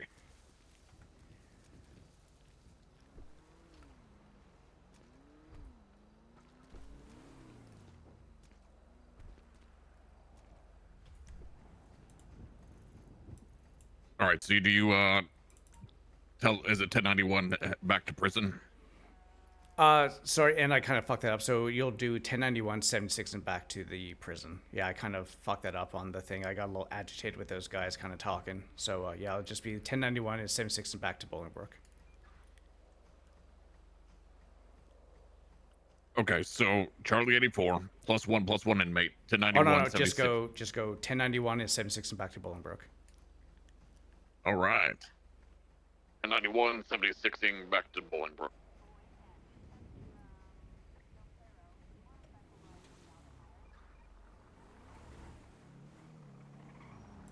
Wait, was that right? And go ahead and turn on your lights and bring us back there. Okay, Hello. hold on. Hi, Ian. How's it going? Good. I was wondering if you had any free time for a quick onboarding today. Someone else is going to be reaching out to you if she has not already. It is noted already, so don't worry. They will be reaching out to you. All right. Appreciate it. Thank you. All right, take care.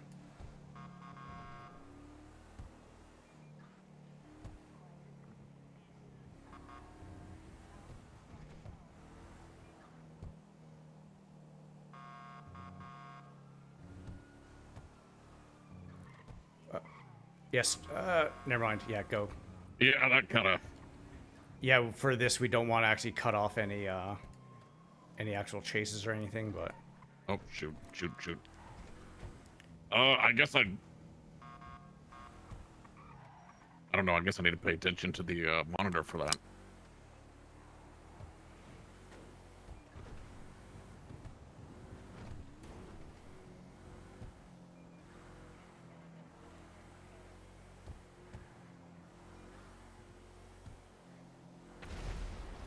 Jesus. Did you guys hear that too, or is that just me? Yeah. I heard it. Yeah. You know, I'd freak out a little bit more if it was a real transport. Yeah.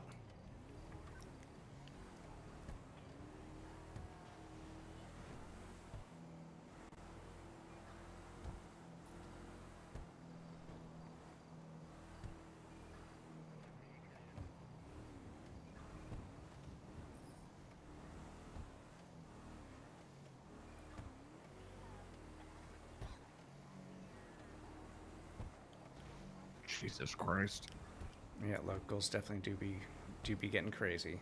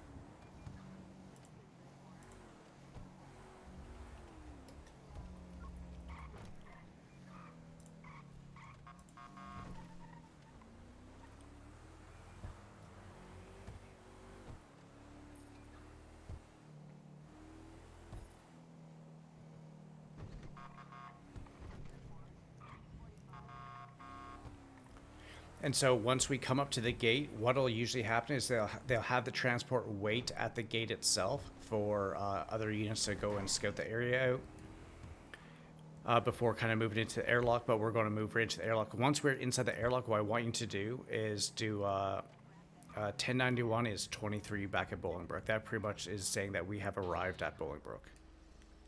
All right.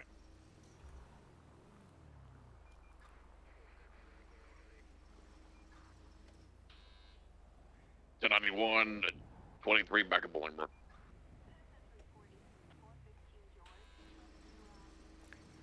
And then bring us right back to the same place that we were at and back us in. And once you get it all closed up.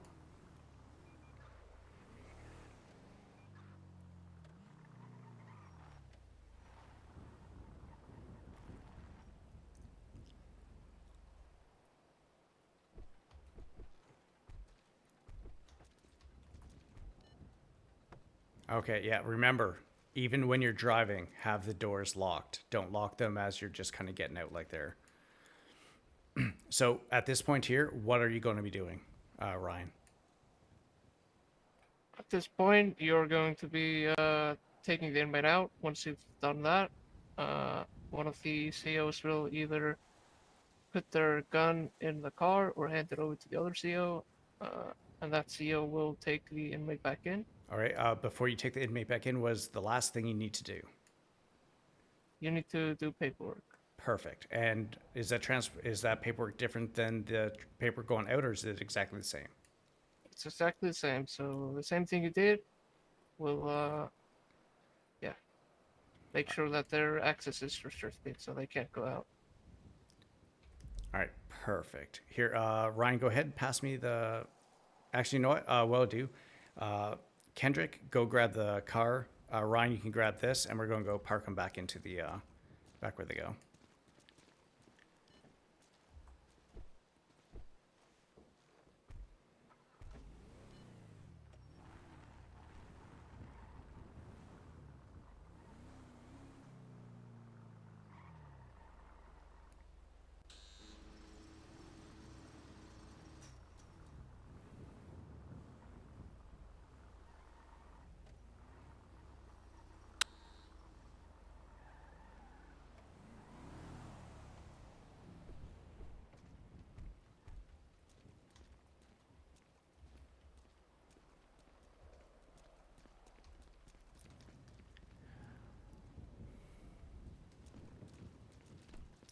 So you'll have to park it on the other side. So do you see those red kind of lights back there? You pretty much line the vehicles up with one of those. Okay.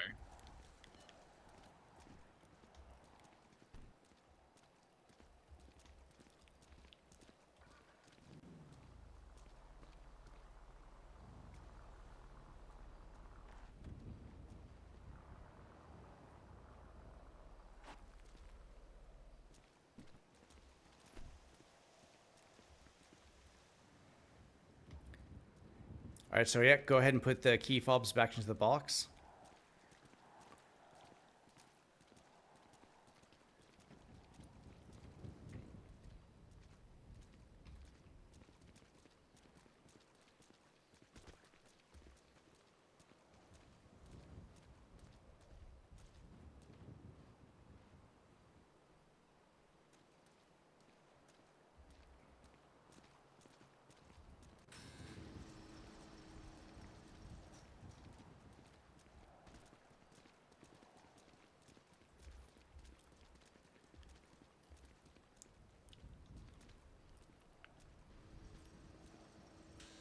All right, let's kind of run back through the cafeteria into the yard.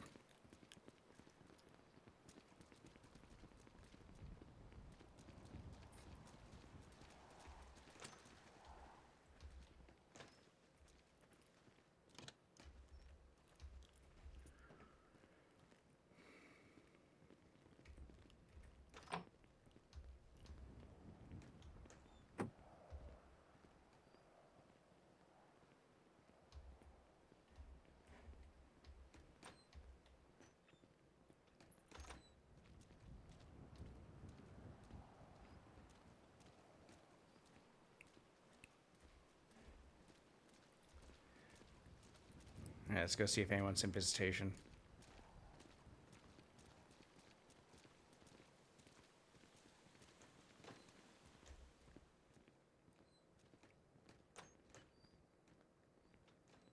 It definitely is. Oh.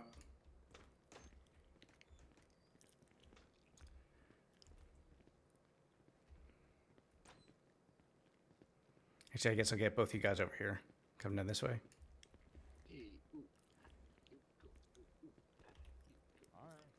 So I guess any big kind of questions. I know it was a little bit sloppy with how that was done. Any big kind of questions at all, Kendrick, or? No. I mean, I think the most confusing part is going to be just the whole 91 thing and not saying Charlie 84. Yeah, yeah, you'll see it, and it'll depend because sometimes we don't even put the Charlie 91 into the call sign and all that stuff. So sometimes we do just say our call sign and then the +1 or +10 or whatever. All right, I'm waiting for you to pull the brick out your ear. Hey, how's it going? Hey, good. How are you? Not too bad. Hey. Yeah, I'm looking at. Love the slippers. That's interesting. Hey, thank you. Got some from the when you get changed. Yeah, nice. How's your community service going? Yeah, it's going good. Got like 2 months left. Nice. Nice. Because you're up here originally for what, 60 months? Yeah, 60 months total. And you just got 2 left? All right, actually, here let's go out into the yard for a quick sec, there, guys. Hi, is that Kara? How's it going? Oh, Probably end why up is there getting so another kind of many? mayhem. Who are these two Here, fuckers? let's come out here. Kara, follow. Did you just what the? Did you just hear what he just said there? No. Kara. He just treated me like a Kara. duck. Wait, what? I would never do that to you, Kara.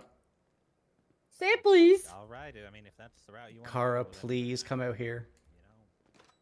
Fucking telling me Thank to you, Kara. follow. Holy fuck, man. Listen, it's been like a 12-hour day today. I'm sorry.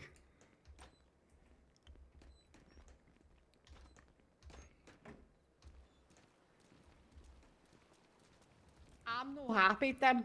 The Scotland flag's no there. Yeah, I know. I thought it would have been put back up. But anyways, guys, this is Kara. She's one of our frequent flyers. She's also, very nice. You treat her well, she'll treat you well. You take that back. Okay, she's one of the most evil, badass bitches on the face of the planet. Okay, thank you. Okay. All right, so Well, guys, nice to meet you, yeah, Kara. go ahead and Nice to meet you. introduce yourselves. I'm Kendrick. Kendrick, what? Oh, okay. Well, Devin Kendrick. Why did you start with your fucking second name? What? Who the fuck starts with their second name? What? To be fair, I've been calling him that all day. Calling him what? Jobs are usually a last name basis. I'm Like- not a job. Right, but I'm still at work right now. Are you for real right now?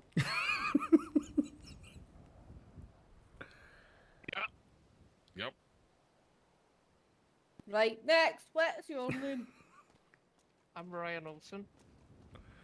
Say that a bit higher for me. Speak it with your chest. Ryan Olson is my name. Ryan. My name's Yeah. Ryan. Say it with your chest. Say it with my chest. Aye, you're sounding a bit like a pipsqueak. My name right is now. Ryan Olson. That's a bit better. Just don't break your throat. Jesus Christ, calm down. I'm chill. How have you Why been? the fuck do have you you want been? to work here? I'm alright. I'm not impressed that that Scotland flag's gone. Tim, I'm very annoyed. Yeah, I thought, like I said, I thought it would have been back up at And start of July. there was a but... cowboy hat on fucking Nessie again. Another one. Another fucking cowboy hat on Nessie. Mhm. I leave. I'm good for how many weeks? I know. I was gonna say I and the haven't place seen you goes up here in for a fucking while. mess. I Honestly. think that just means you need to do more crime and get sent up here more to keep things in order. I think I need to cause more chaos, honestly. Yeah, I think yeah. I just need to stop being good. I mean, you gotta do what feels good, though. What feels good for you. I don't. What?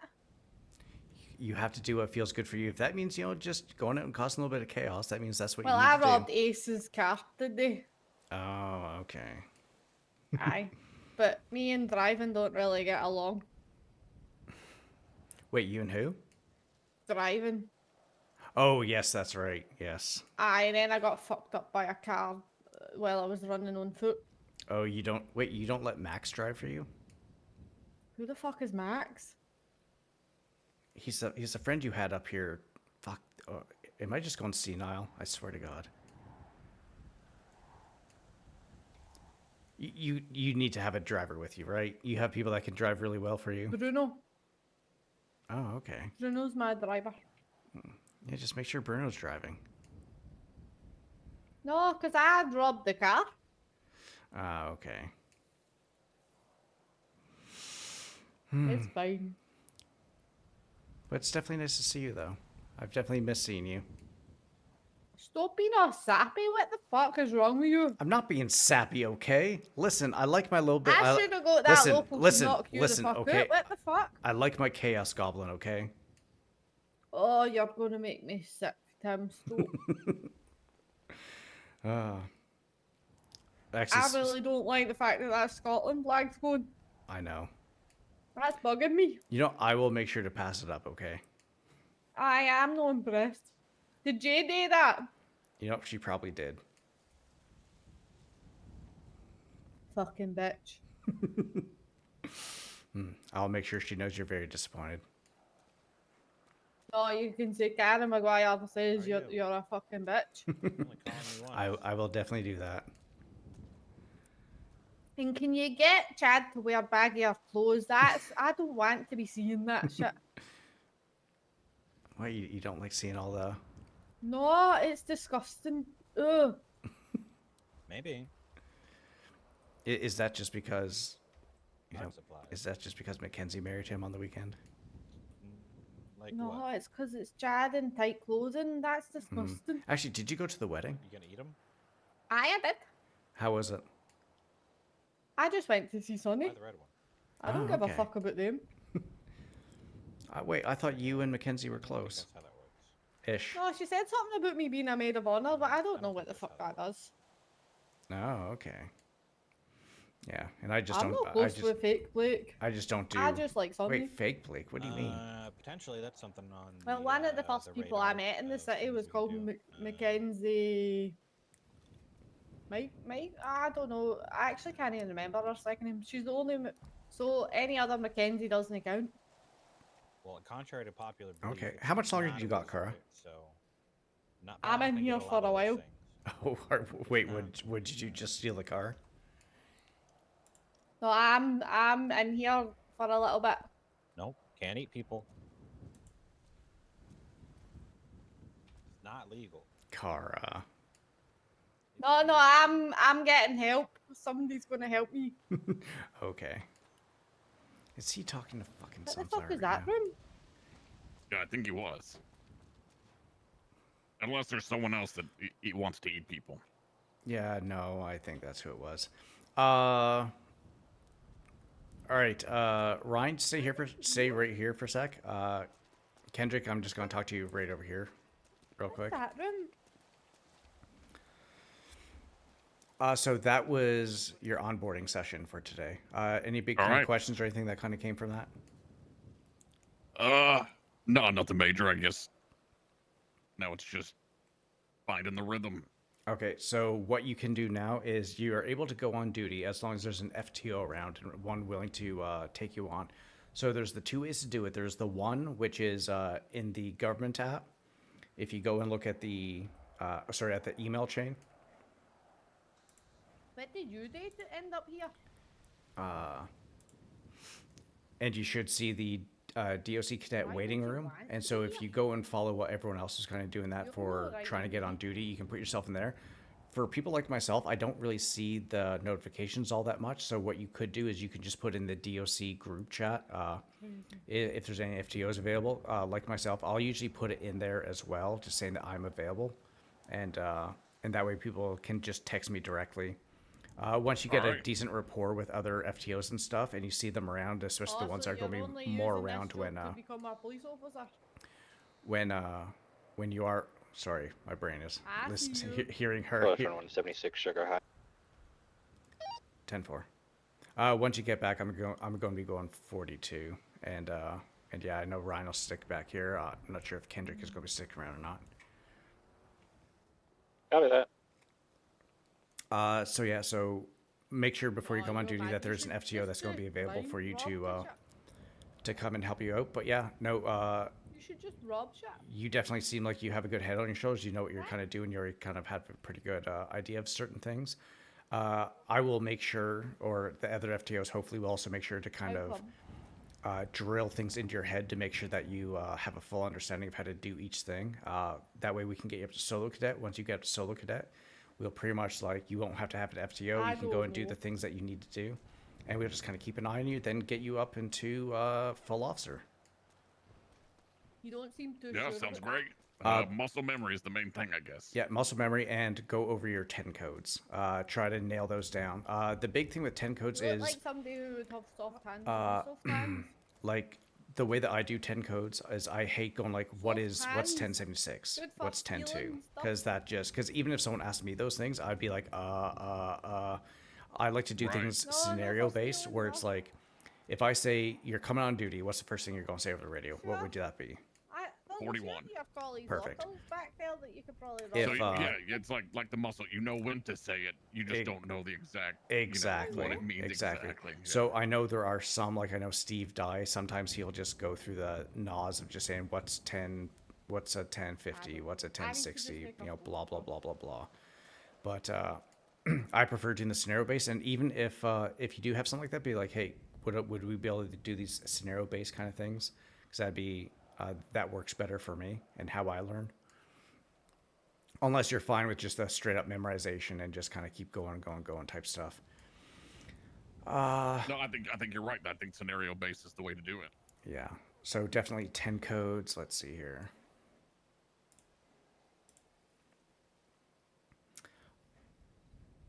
And stay on top of your use of force matrix. You already had that done. Your weapons, your weapon stuff. Like again, obviously where you can and cannot have a weapon. When you would have a weapon, the stuff with the rifle in the tower. Your 13 Alpha Bravo Charlies. Also, I mean, everything that kind of was going around with you today, you already seemed like you had a pretty decent grasp on, and you're picking things up anyways, so I'm not really too worried. But again, if you ever have any questions, either reach out to myself or any of the other FTOs that you start dealing with, and we'll be more than happy to assist you. All right. Hey, I appreciate it. And if there's anything that you find difficult at all, let me know or let someone else know, and I will practice that with you until you're sick of it. Because as one of my favorite motivational speakers, David Goggins, always says, is if you take the things that you hate the most and you just become great at it, that just means you become that much better.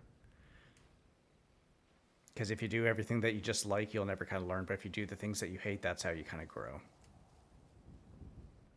Makes sense. I guess, okay, so I guess the one question I have, because I am about to go 42. You said I throw everything in the duffel bag? Yes. In so the locker room? Everything goes into the duffel bag. The only thing that you can take with you will be your MDW, and that's just so that you can, say, look stuff up as you're kind of relaxing. Okay, perfect. But yeah, besides that, you are good to go. You can leave either going through those doors there, or back through the way that we came through there, through the visitation kind of area. It's up to you how you do that. And then yeah, again, good shit today. Keep up the great work, and I'll see you next time. I appreciate it. Thanks for all the help. Yeah, no problem. Catch you soon. Yeah, take care. Hey, pleasure to meet you, Olsen. I'm heading out. Yep, pleasure to meet you as well.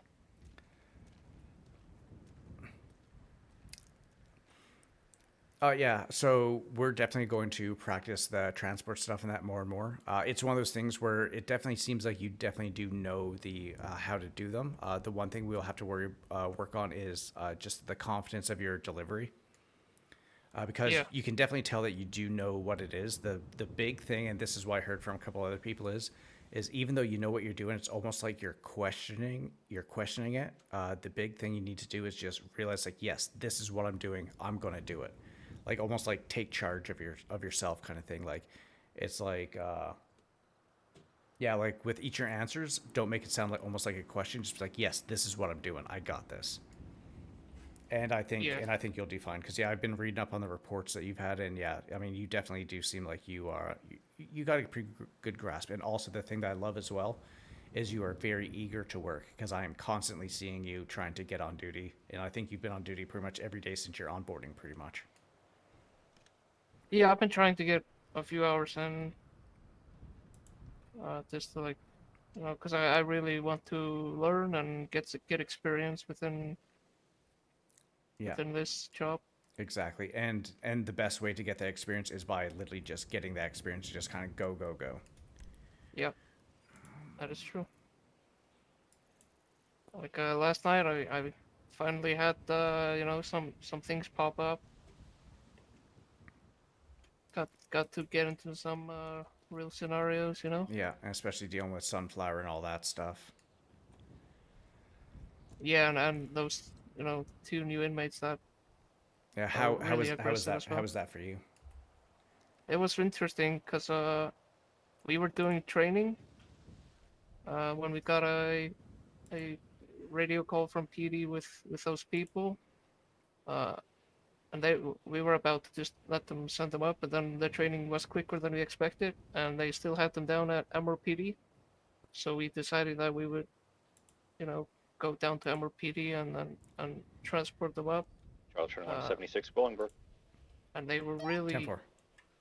really aggressive. Like they had bite masks on, and they would try to headbutt you. So we had to like carry them. It was really interesting. Because then when we sent them up, they were banging on the door. Uh, we were gonna try to get them to cell block 5, but they already ran in fear to the back of the prison. Charlie We 84 going 42. tried a Thank lot you of for ways service. to get them. Have that. Have a good night. Getting them to cell block 5 without, you know, being violent, you know, aggressive towards them. Tried to lure them with so Steve actually had his cowboy hat on, and kept calling him Coyote. So he tried to make Coyote noises and have them chase him, but they didn't do that. Then we tried to lure them with meat. That didn't work either. And then we had TJ up here, and she already knew Ada. And I guess Sven and Steve decided to see if TJ could get them into Cell Block 5, which she did. But it definitely seems like now they are really angry towards TJ, and if they get their hands on her, they might hurt her. So that trust is probably shattered. And then Sunflower got up and she ran inside Cell Block 5. And then when Steve gave her a warning and said, "Watch out, there's 2 other people in there with you," and she got really angry and she ran inside.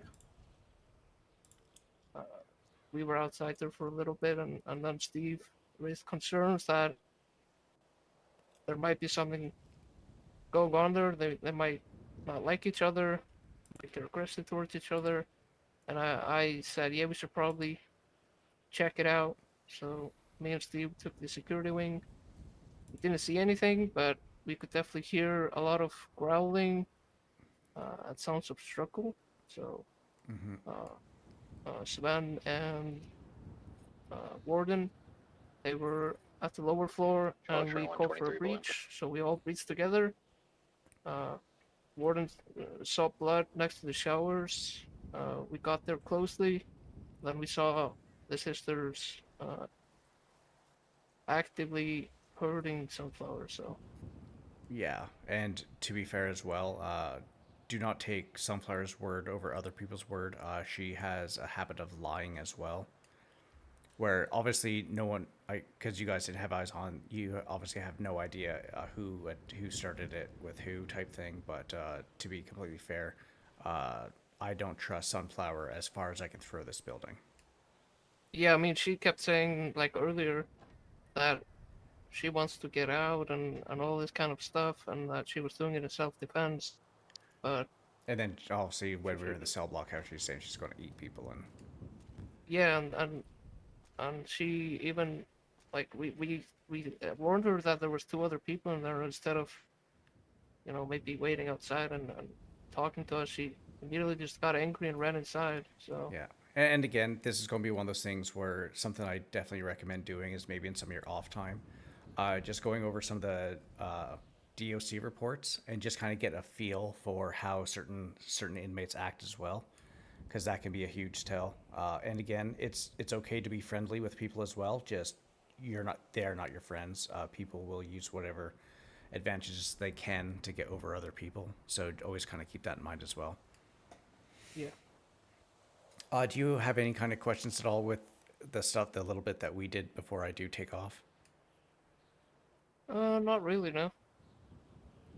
I guess there were some things that I was hesitating with, but I'm sure with time it will pick up Yeah. really quickly. And again, like, you definitely know what you're talking about. The biggest thing that I would say is just own what you're doing. If you're going to make a decision, make that decision. Say, this is what I'm doing, because especially right now with you being a non-solo cadet, this is your time to make those. Like, even if you go and make some fuck ups, you're not going to be making fuck ups alone. There's going to be someone like myself or someone like Chad that's going to be right there with you to be like, stop. I want you to think about what you just said. Is that how you would do it, or would you think about maybe going a different road? So be confident with what you're going to say. If you need to be corrected, someone will be there to correct you. Yeah. Because like I said, from the sessions I've seen with you, you definitely do know what you're talking about. You just need to kind of up your confidence just a little tiny bit, but you got this. I can definitely see some good things with you.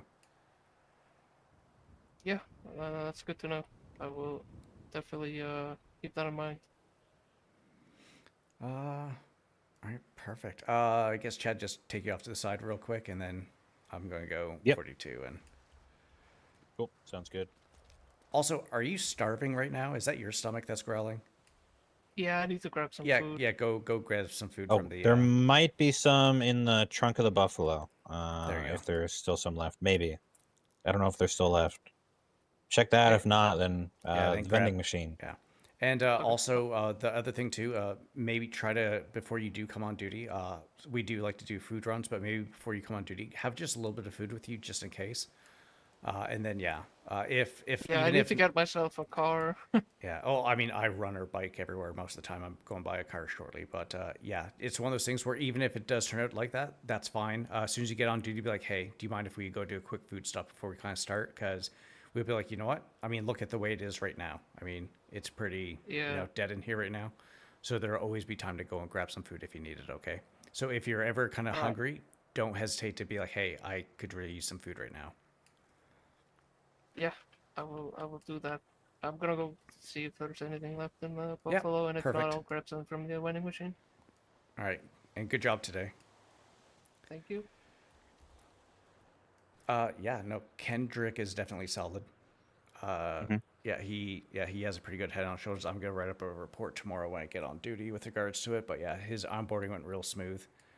I had one point, we were leaving to do that fucking 1091, the training, and there's a group of people there being like, oh, DOC, we never see you on duty. I'm like, motherfuckers, I'm always fucking giving people fucking time off. What the fuck are you talking? Like, I was like, no, just calm down. I'm like, yeah, they don't see what I do. I was like, well, you motherfuckers.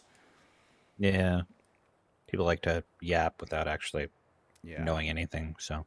Yeah. But yeah, as far as that sunflower stuff, I'm not gonna lie. That is, I'll probably write a report on that tomorrow morning as well. Okay. Just because, like, I mean, I've been done with her for a little while, but that right there, because she keeps talking about wanting to go on parole, but then she goes and says stuff like that, and it's. Yeah, trust me, I know. Like, I mean, and with the two feral ladies in there, I think gonna have to figure out some kind of solution for them. But so they're in the ICU we'll right now. I think I saw. On I the med believe report. so. Yeah. Also, Alia woke up this morning. Yeah, I heard. How'd that go? Something about a transplant? Waiting for a transplant? So she's not being put back. Is that a bird or a plane? That's a plane. Yeah, okay, never mind. Yeah, just a local one. Yeah, so she needs a kidney replacement, I believe. So she's on the list. It was Dr.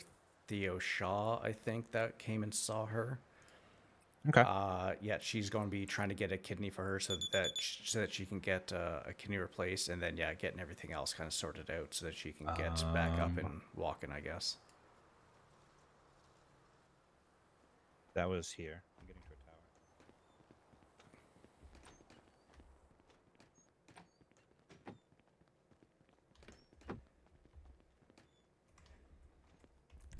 Charlie 21 is sending Alpha.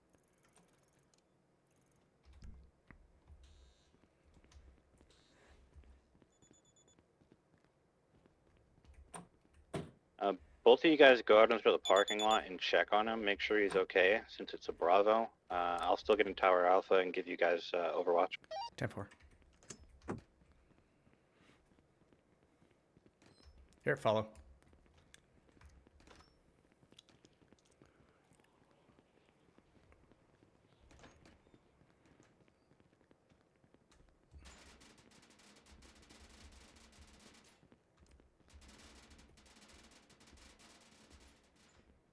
Charlie 21 ascending Alpha.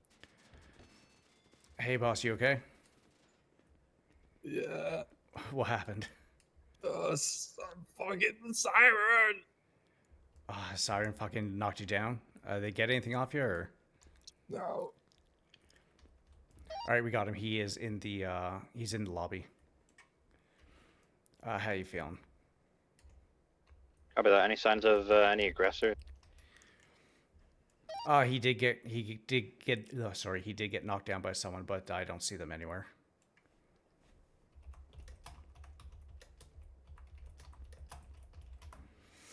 Copy. I don't have anything in the anything kind of parking hurting lot on you from what more? I can see. Yeah, my head. Okay, yeah, I see that. Okay. Ryan, can you get on to channel 19 and request for EMS to come up to the prison, please? Yeah. Thank you. Yeah, no, he got hit in the head. He has a little bit of blunt force trauma to the head. I got Ryan calling up EMS right now. All right, copy. Is he conscious? 10-4, he is. You stay here with him. Keep him talking. Don't let him kind of like pass out. Keep him talking, and I'm just going to check outside real quick. You have officers arriving in the parking lot now. Hey, he's Hey, what happened? Hey, he's right inside the lobby. He got hit by a 13B right now? 10-4. We are. Yeah, affirm. Can you hear me? Give me some further information. What happened? He was attacked by a siren, I believe he said, and he got blunt force trauma to the head. He is currently conscious right now. Other officers are currently talking with him. I don't know if my radio's That one, working. thank you. Yeah, switch to 19. Wait, who did it? The one against the I queen. tried to go to 19, but I'm still on DLC. Sirens. That's the fucking ones. That you'd have to use your secondary radio. I'm with Craig right now. He's saying he got hit EMS from DOC. by the sirens.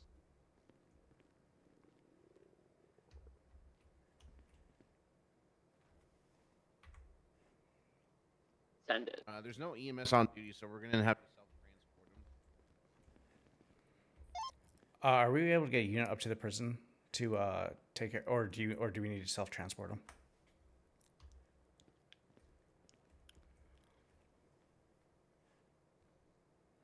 It was an officer who got some blunt force trauma to the head. He's still conscious right now, but he definitely did get dinged up pretty good.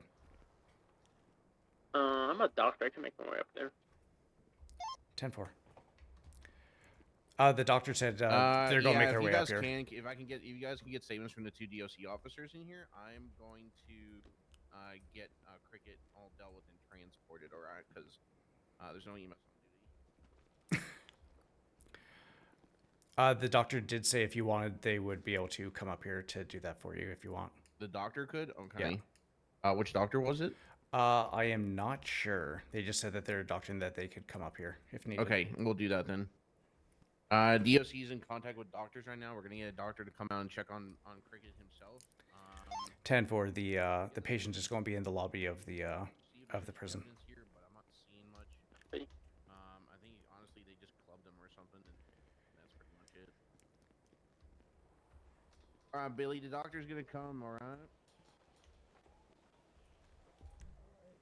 I'm gonna check you over real. Go ahead and stay inside. So come over here real quick. So when you're going onto the radio, you go into your secondary radio, okay, to contact for EMS or PD for any of those things. So just make sure you have your secondary button set up so that you can do that. But Yeah, I do. I just didn't know if I was on or not. But Yeah, no, that's okay. I'm just gonna kind of wrap his head here a little bit with some bandage that I have. What do you call a cricket bat? Is there a name for that? A cricket bat? Isn't it just a cricket bat or like a paddle Oh god, almost? he's passed out. Oh god, okay. Oh, Cricket got Cricket. cricket batted at the prison. Cricket. Just a quick update. The patient has just passed out. Copy. So, Cricket, we got a doctor coming on their way right now. Just be advised, Cricket's passed out here in the visitation area. They're passing the casino. It's Lockhart. It's our favorite doctor. How many we got? No, we're sufficient on the prison Yeah, scene. we're good. We're We got just- no problem. The situation's code 4. There's nobody in the vicinity or anything. Come on, buddy. He just told me sirens. That's what he told me before he passed out.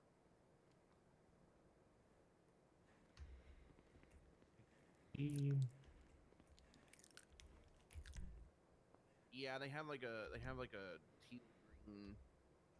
It's like they drive a felon with green underglow. Come on. All right, doctor's on site, Neil.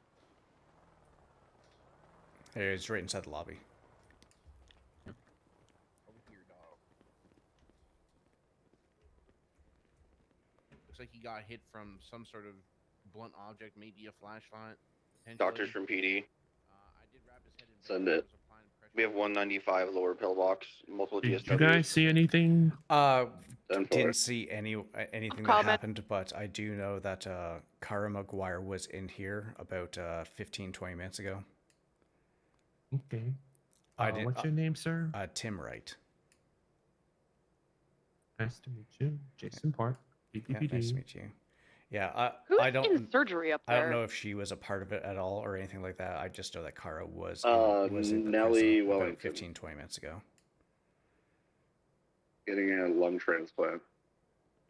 Anyone else present in the prison? No, she was pretty much up here by herself. I didn't see anyone else. I didn't even see who came in and picked her up.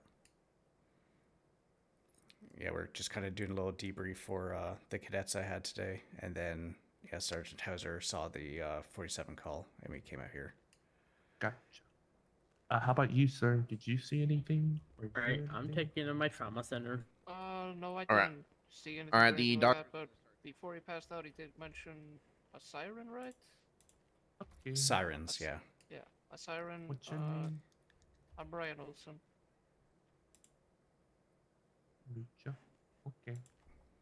Jason Park, DPPD. Hi. Yeah, nice to meet you.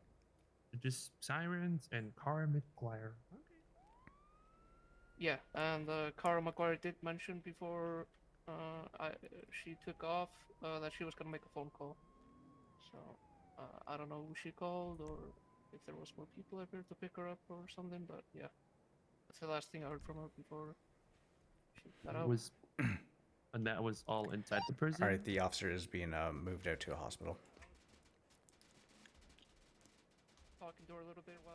Yeah, I think we're clear out here, so I'm gonna go ahead and stand down from Alpha. She 10-4, yeah, we're just getting statements inside lobby right now. Tim, can you ask Chad if he has anything he wants to give a statement on? Do you have anything extra that you want to give a statement on, or is there kind of like nothing? Nothing really. I just saw the Bravo pop up and ran to the tower. Didn't see anything once I got up. 10-4. Yeah, no, he just saw the Bravo pop up. He went up to the tower and he didn't see anything from up there. Okay, the tower watching the front? The tower, pretty much Tower Alpha, that's right on the other side of the building there, on the other side of the airlock. Now, when he says 47, does he mean like a Charlie or like sorry, a... when he saw the Bravo pop up. Okay. Interesting. Okay, so they must have really hit and dipped then, no? Yeah. Glad that. Because I'd say it was probably about like 45 seconds to a minute max of him getting to the top of the tower from when it was called. Okay.